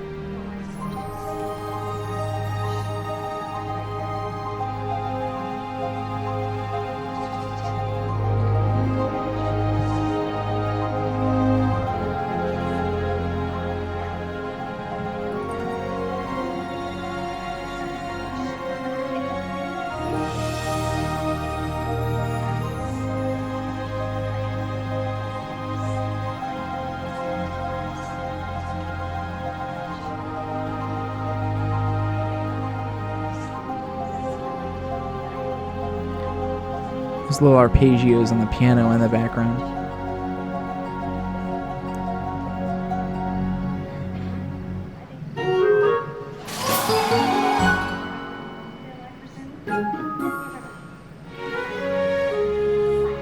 And it kind of continues from there, but that's still one of my favorite compositions from the series. In regards to the music, it's a mix of a lot of different things. It's a lot of it, obviously most of it is digital. It's synthesized music. I believe Ingram and Caleb Chen use Logic and some stuff in there for I forget what William Anderson uses. I think he uses Pro Tools for his compositions for the score. But they do mix in a lot of other things. There's the synthesized instruments, obviously, like the strings and stuff like that are, synthesized drums, synthesized. They're samples. Sometimes they'll use samples as well from a sample library. Well, usually not too much. But they do actually use real instruments as parts of the score sometimes. Usually guitars are real. Those are easy to play. So usually any guitars you hear in the tracks are real. Some other instruments you'll hear are real as well. Some flutes and woodwinds. Sometimes William Anderson will record himself actually using one of those, or the trumpet, for example, like the Detective Rarity episode where we have that very film noir with the muted trumpet. That trumpet actually is a real trumpet that they recorded for that one. So it's a mix of real recorded instruments and synthesized instruments, depending on the instrument. And depending on the part.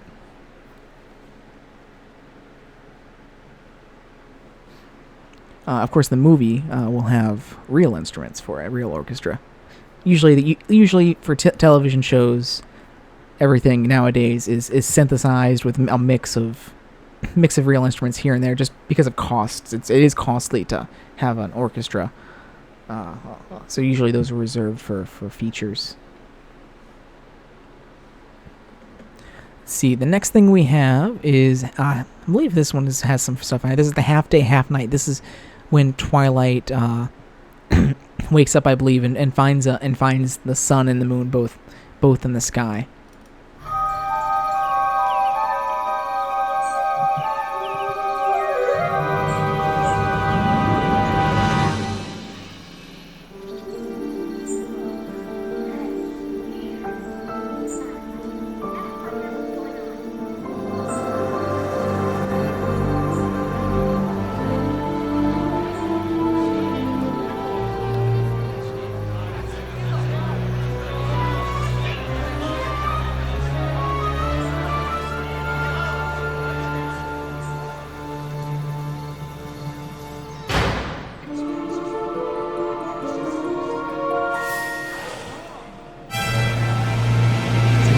if this next track has something in it. This is, yeah, I'm pretty sure this had something I want to do. And this one is when Twilight and the main six are back, and right before they summon Discord, when they're in the library talking about what they're going to do, and I believe Applejack or Rainbow Dash makes the comment that it's going to be just like old times with the elements of harmony. Like again, Princess Twilight Sparkle's theme there, and this is where it builds up.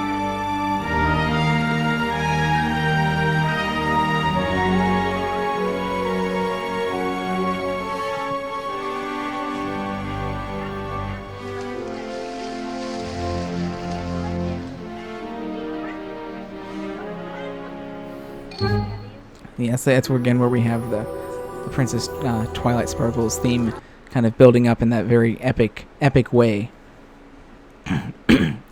This next track here is where they summon Discord, and this is notable because when they're summoning Discord, we have a reprise of the same score that they used back in Season 2 for the Discord episode.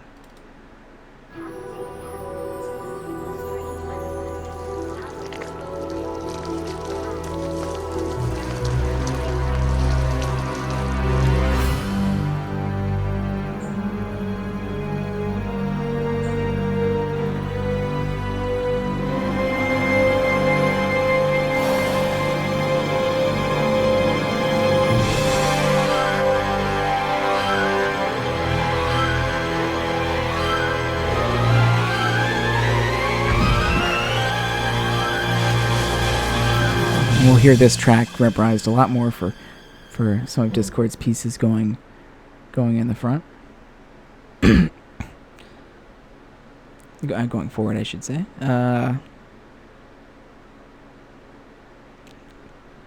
So here we get to the end of the first part of the episode here, and this is when Twilight enters the flashback with Nightmare Moon, and Nightmare Moon, Luna transforms back into Nightmare Moon.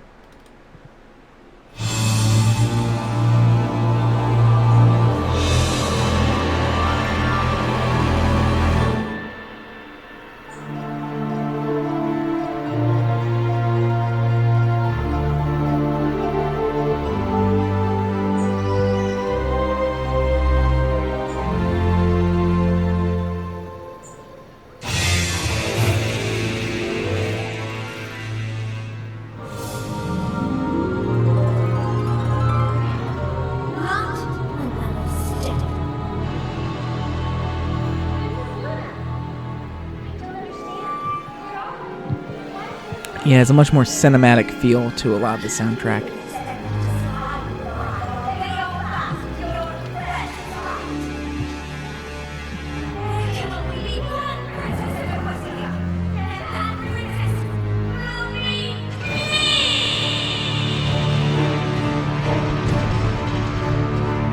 Here comes the transformation.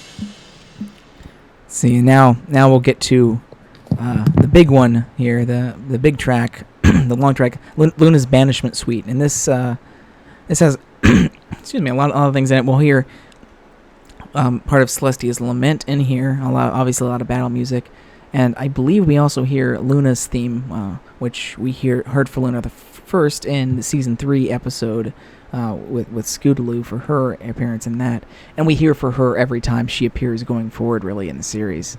Definitely one of the biggest and best uses of Luna's theme was in Do Princesses Dream of Magic Sheep, where that theme was used throughout that episode and builds into that huge, beautiful orchestration of it at the very end for the climax of it. I believe that theme's in here as well. Well, let's take a look at this. This is a 2-minute long piece here. Excuse me, 3-minute long piece.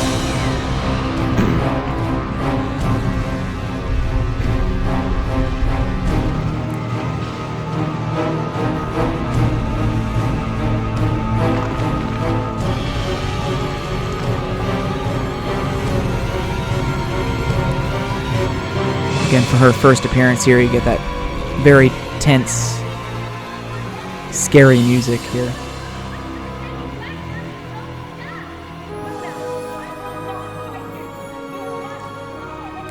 Changes up a little bit here for Celestia talking.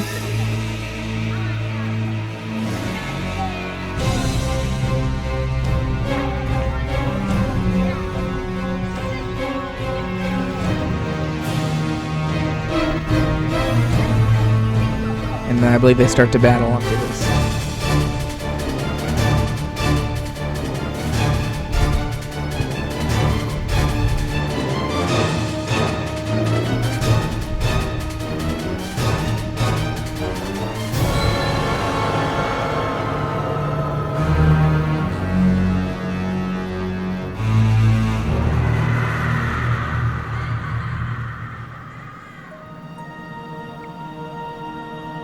Celestia recovering here.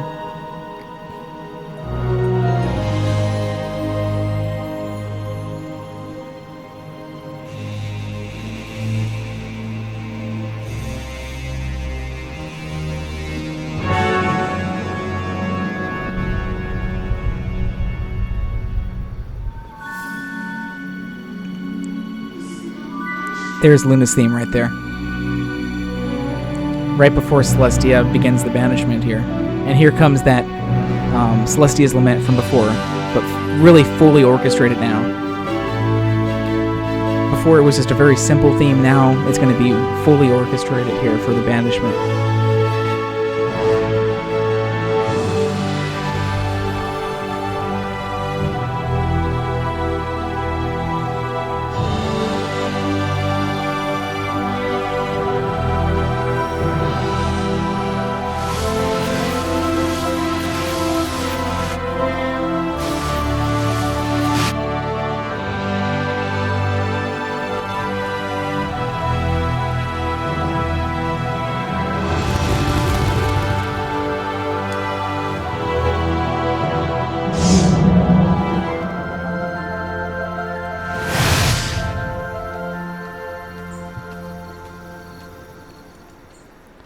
Just a beautiful piece. Still one of my favorites. I think it's definitely one that kind of put the score of the series back on the map for a lot of people back when it premiered, just because it really took center stage there. Yeah, I mean it was just so great. I love that track. Next one we get to Discord's flashback here, so I believe we hear a lot of Discord's motifs for this track.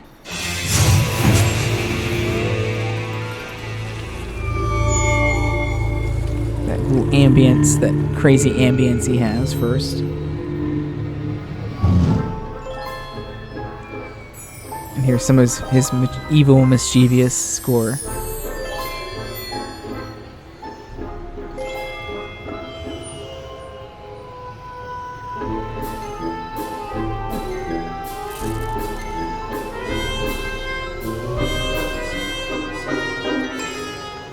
I believe a lot of this score here is also from the Season 2 premiere for him.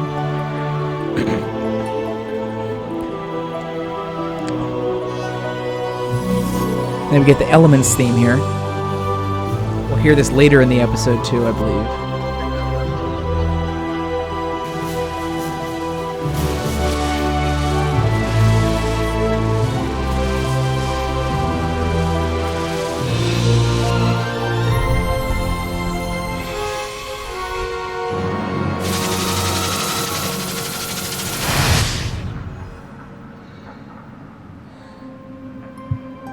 Now we get to the Tree of Harmony here, so we get its sort of like Asian influence inspired score.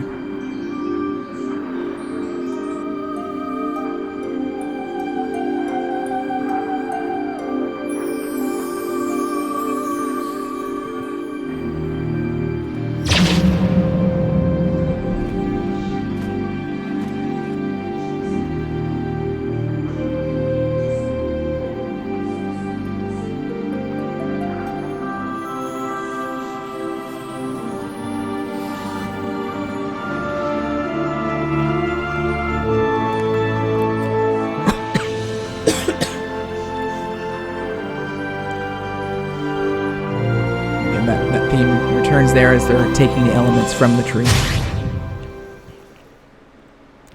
Let's see. This next one's nice. Entering the forest. This is when the whole group is going into the Everfree Forest to find the tree.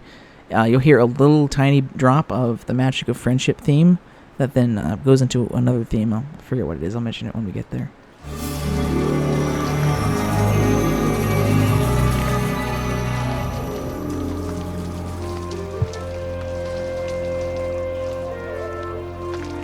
So there's a little alternate version of the Magic of Friendship theme here.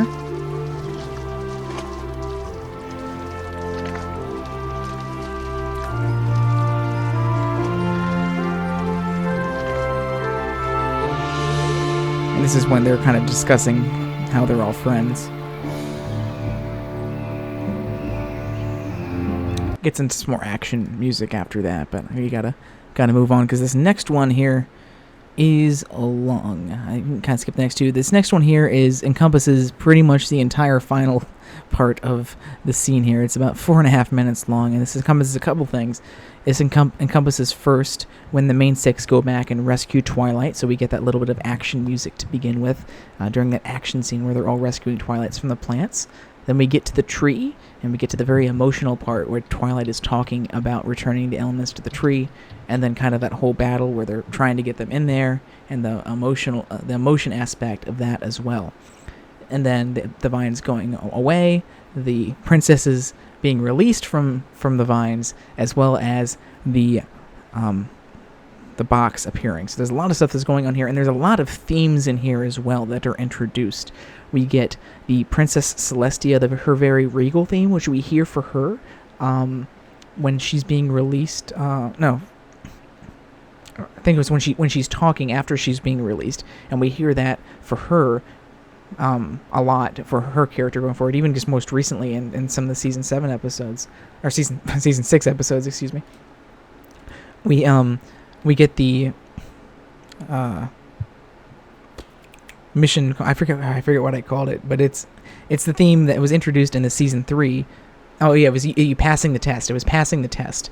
We heard that theme first in season 3 when Twilight finds out that she passed Celestia's test at the end of that 2-parter. It's used here very symbolically as Twilight passing another test of leading kind of on her own there without Celestia or Luna around. And then the track ends with the 6 Locks, 6 Keys theme, which is the key for the box. And it's the theme we hear throughout the season in all of the key episodes when the key is revealed at the end of the episode, as well as in very grand style in the season 6 finale. In the season 4 finale for it. So let's get into this track. I'll point stuff out as we go.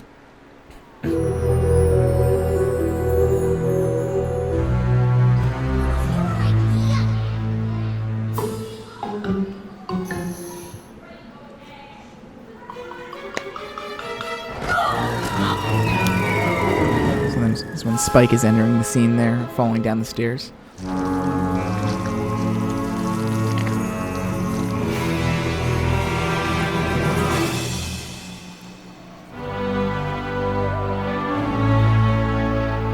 We get this big build-up as the main 6 come to save Twilight. And here comes the battle.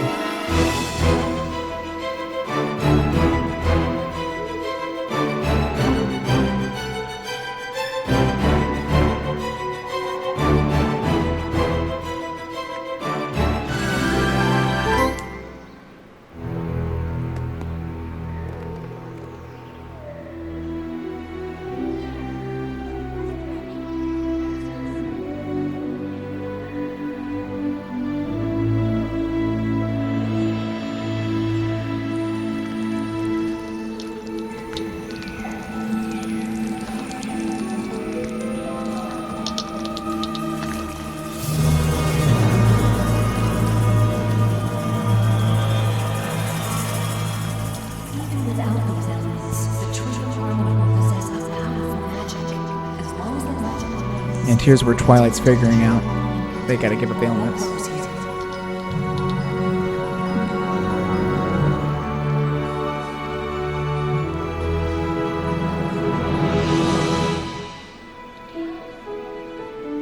And there's that little mellow moment when she's explaining that to the main six, or the rest of the main six.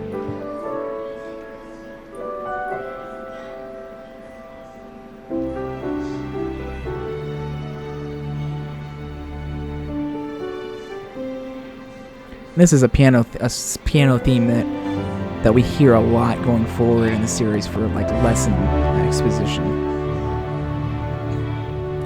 And here comes that final battle to get the elements into the tree. Again, that Princess Twilight Sparkle theme there. Plus that with little horns.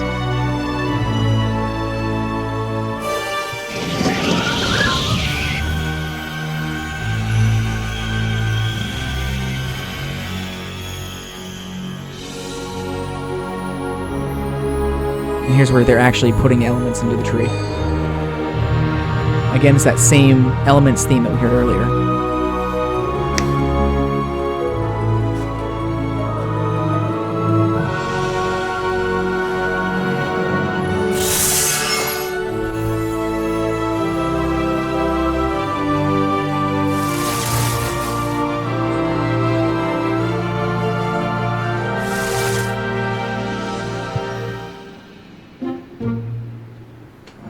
And here's that you pass the test theme here as Celestia and Luna are being released.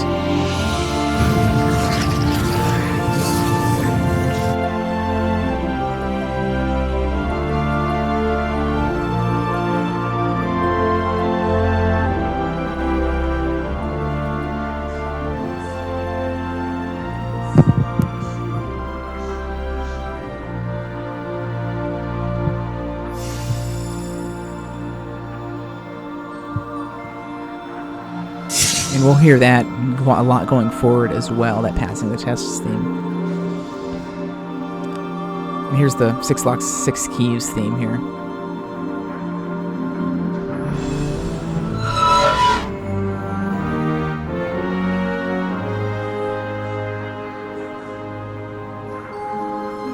There it is. That little theme we'll hear throughout the rest of the season for all the key episodes.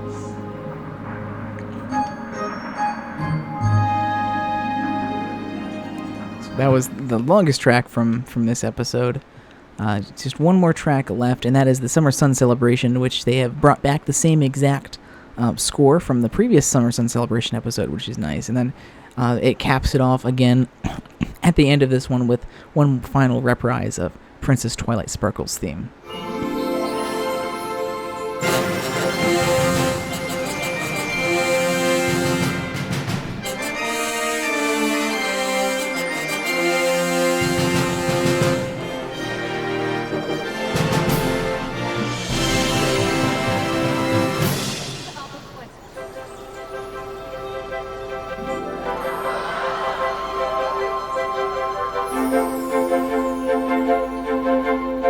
This is the full Princess Twilight Sparkle's thing with the lead in here. And then here comes the actual motif itself, just after this part.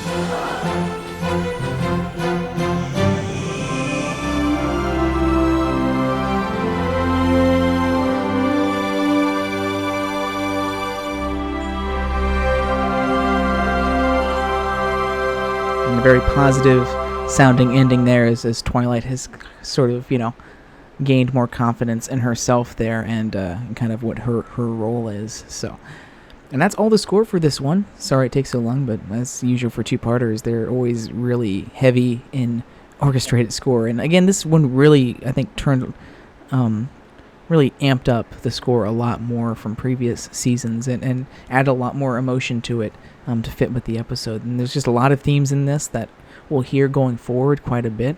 A lot of the themes in this episode, Princess Twilight Sparkle theme, the key theme, and a few others will be reprised again in the finale when we get to that episode.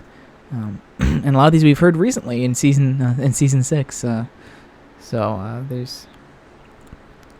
it's just, I really love this. There's still some of my favorite score from the series in this one. And it introduced a lot of stuff. Same with the season 4 finale. There's a lot of stuff that introduced and made even better.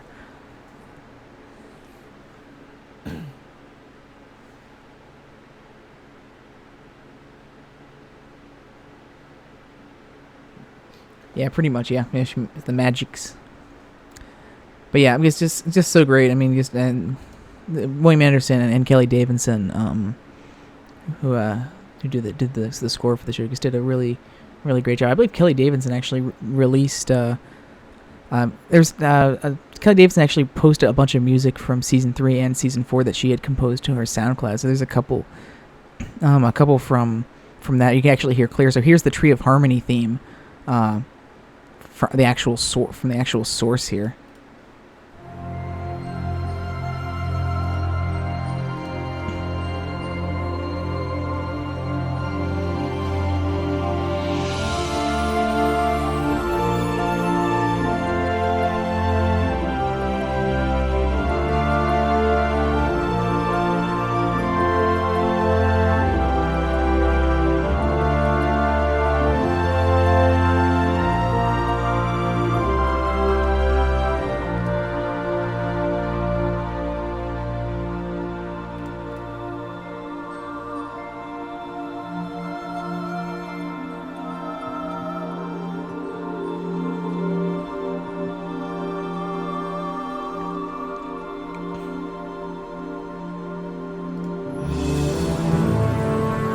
I believe she also had posted one more source from this episode. Yeah, this one, from Princess Luna Banished. This is one of the other ones that Kelly Davidson had written.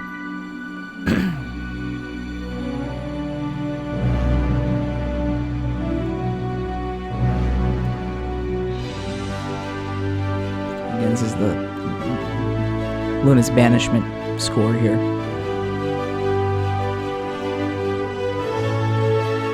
Without all the sound effects.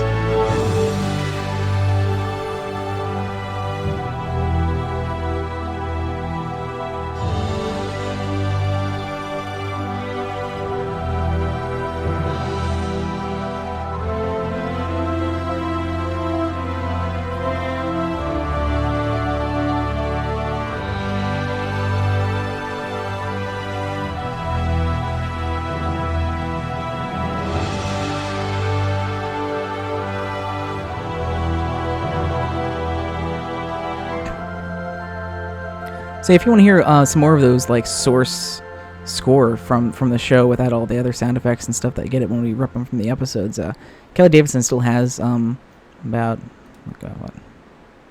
10, 11 of these on her SoundCloud from season includes some stuff that she's composed for season 3 and season 4 as well. So that's kind of nice to listen to without all the other stuff in the background. So, moving on from the score, what does everyone think about this episode's theme and moral? There was a moral to this? I guess Discord was a little bit of being a little bit of a dick cord. Yeah. I guess pretty much the theme here is that I guess, how can I put this? The more things change, the more things stay the same. Yeah.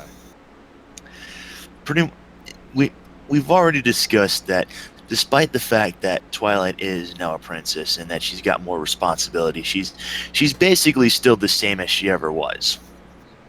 And this pretty much is something that we'll see time and again throughout the next couple of seasons, basically. Mm-hmm. Yeah, I wouldn't say, like, it's hard to, like, put this immoral into, like, a book, greeting card kind of lesson, because it's a lot more kind of complex in terms of what it's accomplishing with Twilight's character in it. But yeah, I think you probably put it the best you can there. I mean, obviously, what else am I going to say? Don't be a dick. I rang that running gag for all it's worth, and to be perfectly honest, I'm not entirely sure if that really applies to this particular episode. Well, like I said, Discord was being a little bit of a dick. Yeah. But set up. But yeah, this was just a lot of a lot of just expansion of Twilight's character and just dealing with a new role. It wasn't so much a lesson as in, don't do drugs, kids, or, something very blatant like that. It was just more of a overall feel of coping with change and with maybe more responsibility as you grow up and you take on more responsibility in life, and dealing with that and dealing with how life can change and how that can affect you and your relationships with your friends, and how it sometimes doesn't, and you might be fearful that it will, but it won't. It's a lot more kind of broad stroke kind of lesson.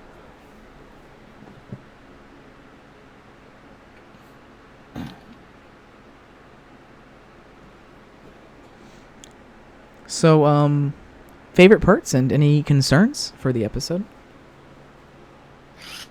Pretty much, kind of what we discussed in the humor, just seeing Spike splat against the window, the seatbelts from out of nowhere, Discord in general, just anything that had to do with him. Didn't you know it's one of the things when you become an alicorn, you gain wings or a horn, and you get seatbelts too. You need to come with seatbelts when you're a novice flyer. She needs a big sticker on her butt that says student flyer. Her new cutie mark. Now I'm just kind of imagining Princess Flurryheart having been born with a full-on safety harness. Not even Applejack would be able to ride that rodeo. Really, I guess I could say two parts. One more specific and one more broad. I really liked the Luna banishment scene. I mean, overall, in terms of its point to the episode itself, it's it doesn't really play into the rest of the episode, but it was just so cool being able to see that, and I think they pulled it off so well in terms of the music and the animation and the dialogue in it. And it was really cool being able to see that, and some of the other flashback scenes as well. More broad strokes. I just loved how this episode continued to push the show forward so quickly, both in terms of moving on with Twilight's character, answering a lot of questions about it, tackling a lot of the issues people had head on right at the beginning with flying, her relationship with her friends, her personality.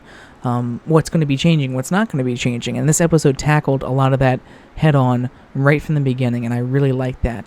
And also, like I said, a lot of the other changes and improvements and moving forward in this episode in terms of the animation just continuing to get so much better. The music being so beautifully orchestrated and cinematic throughout this. We've had, stuff like in two-parters before, but this just felt so much more cinematic in terms of its overall feel, and just introduced a lot of beautiful themes for it, and the writing as well, and just watching the series even after something which was originally supposed to be its conclusion, picking it up and finding a way to continue and continue to improve, especially over the next couple of seasons, in my opinion at least. And I just really liked this episode. Just picked up right from that and just got right back on track.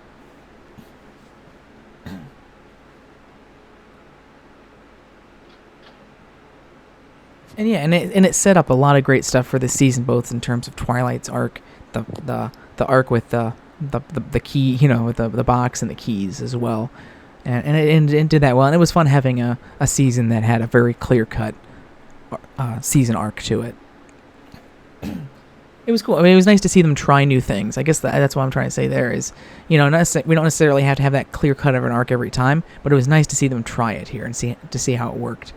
Because it's something the series really hadn't done before.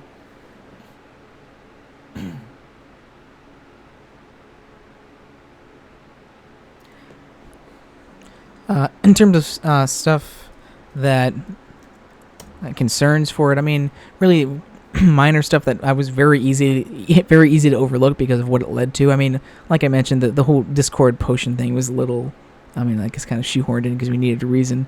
So it was kind of convenient that she had just the right potion to do, to do that at the time.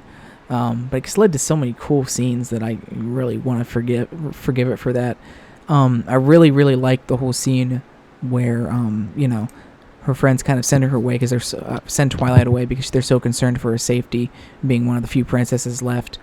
I really liked that whole scene. It went a little quick just because of time, and I wish they could have given some more time to Twilight coping with that before Discord was able to turn her around. But I also understand that there's a limited time and there's more important things to get to in the episode as well. In a perfect world, if we had more time, if they could go an extra 2 minutes if they wanted to, it would have been cool to have that be a little bit longer and see Twilight coping with that a little bit more. But obviously, not a perfect world.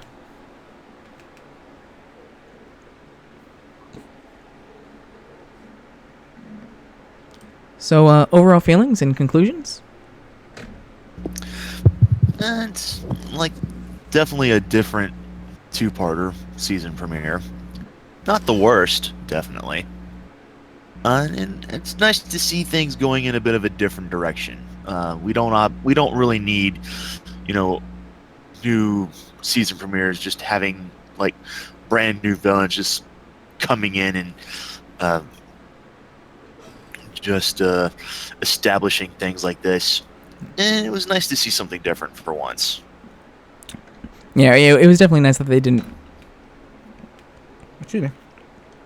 try to bring another villain into the fray and actually took a two-parter to actually explore a character and explore Twilight, more specifically Twilight's character and kind of this whole new princess thing, rather than trying to introduce a new baddie for them to take on. And that's something we saw again in the season 6 premiere, which was nice. I mean, not really much more I can say. It was a great episode. I loved the music. I loved the animation. I loved the story. I love what it's setting up. I love what it concluded from the season 3. Because remember, Megan said that this is kind of like a 3-parter mixed in with Magical Mystery Cure, because this has a lot to do with what happened in that episode. I just think they did such a great job and just continue to make the show better and try new things and expand not be afraid to expand the characters and institute some change in the show. I mean, season 1 was great, season 2 was great, but if you keep the show the exact same way, it's going to get stale. And I think that's something they started doing with Twilight's Ascension, and something that they've continued to do every single season in terms of changing the status quo a little bit and seeing what we can do with it, whether it be the CMC getting their cutie marks, Starlight introducing her and having her become apprentice to Twilight and having her being in a lot more episodes, almost as kind of like a 7th member in a couple of ways. Trying a lot of new things and keeping the show fresh, which this also kind of started for future seasons. So that was Princess Twilight Sparkle here on Triple E. So thank you all so much for participating in that today. Very fun to be back into doing this again, and we are back on. I don't even know where I was going with that. We're continuing with Triple E. It's back, and hopefully go straight until whenever season 7 premieres. So we'll hopefully be able to maybe get through half of season 4 before that. So we got a lot to discuss, and we should be back, barring any last minute plan changes. We should be back next Tuesday at 5 p.m. here to discuss the next episode in our episode flashback series of season 4, Castle Mania. Which I saw that episode, I'm like, wait, I thought that was season 5. And I'm like, no, wait, that was season 4. I remember when this episode had so much hype leading up to it because of the episode title, and I can't believe that was all the way back at the beginning of season 4. But we definitely have a good amount to discuss next week for Castle Mania, with that, being a more comedy-centered episode, and important for the future of the show, being that this was Josh Haber's first episode of the show. Of course, he gained a much more important role here in season 6 as this new story editor, so this was his first episode, so we can kind of take a look back and see how he did on his first foray into ponies here. And we'll be getting a lot more going forward of new writers as well, especially this season. Season 4 is when they really started to bring in a lot of new writers and really amp that up in season 5 and season 6, so we'll have a lot of new writers to talk about. going forward into this season. So with that, thank you so much for joining us for Triple E today. It's great to be back. We'll see you next week at 5 p.m. Eastern Standard Time for Castlemania.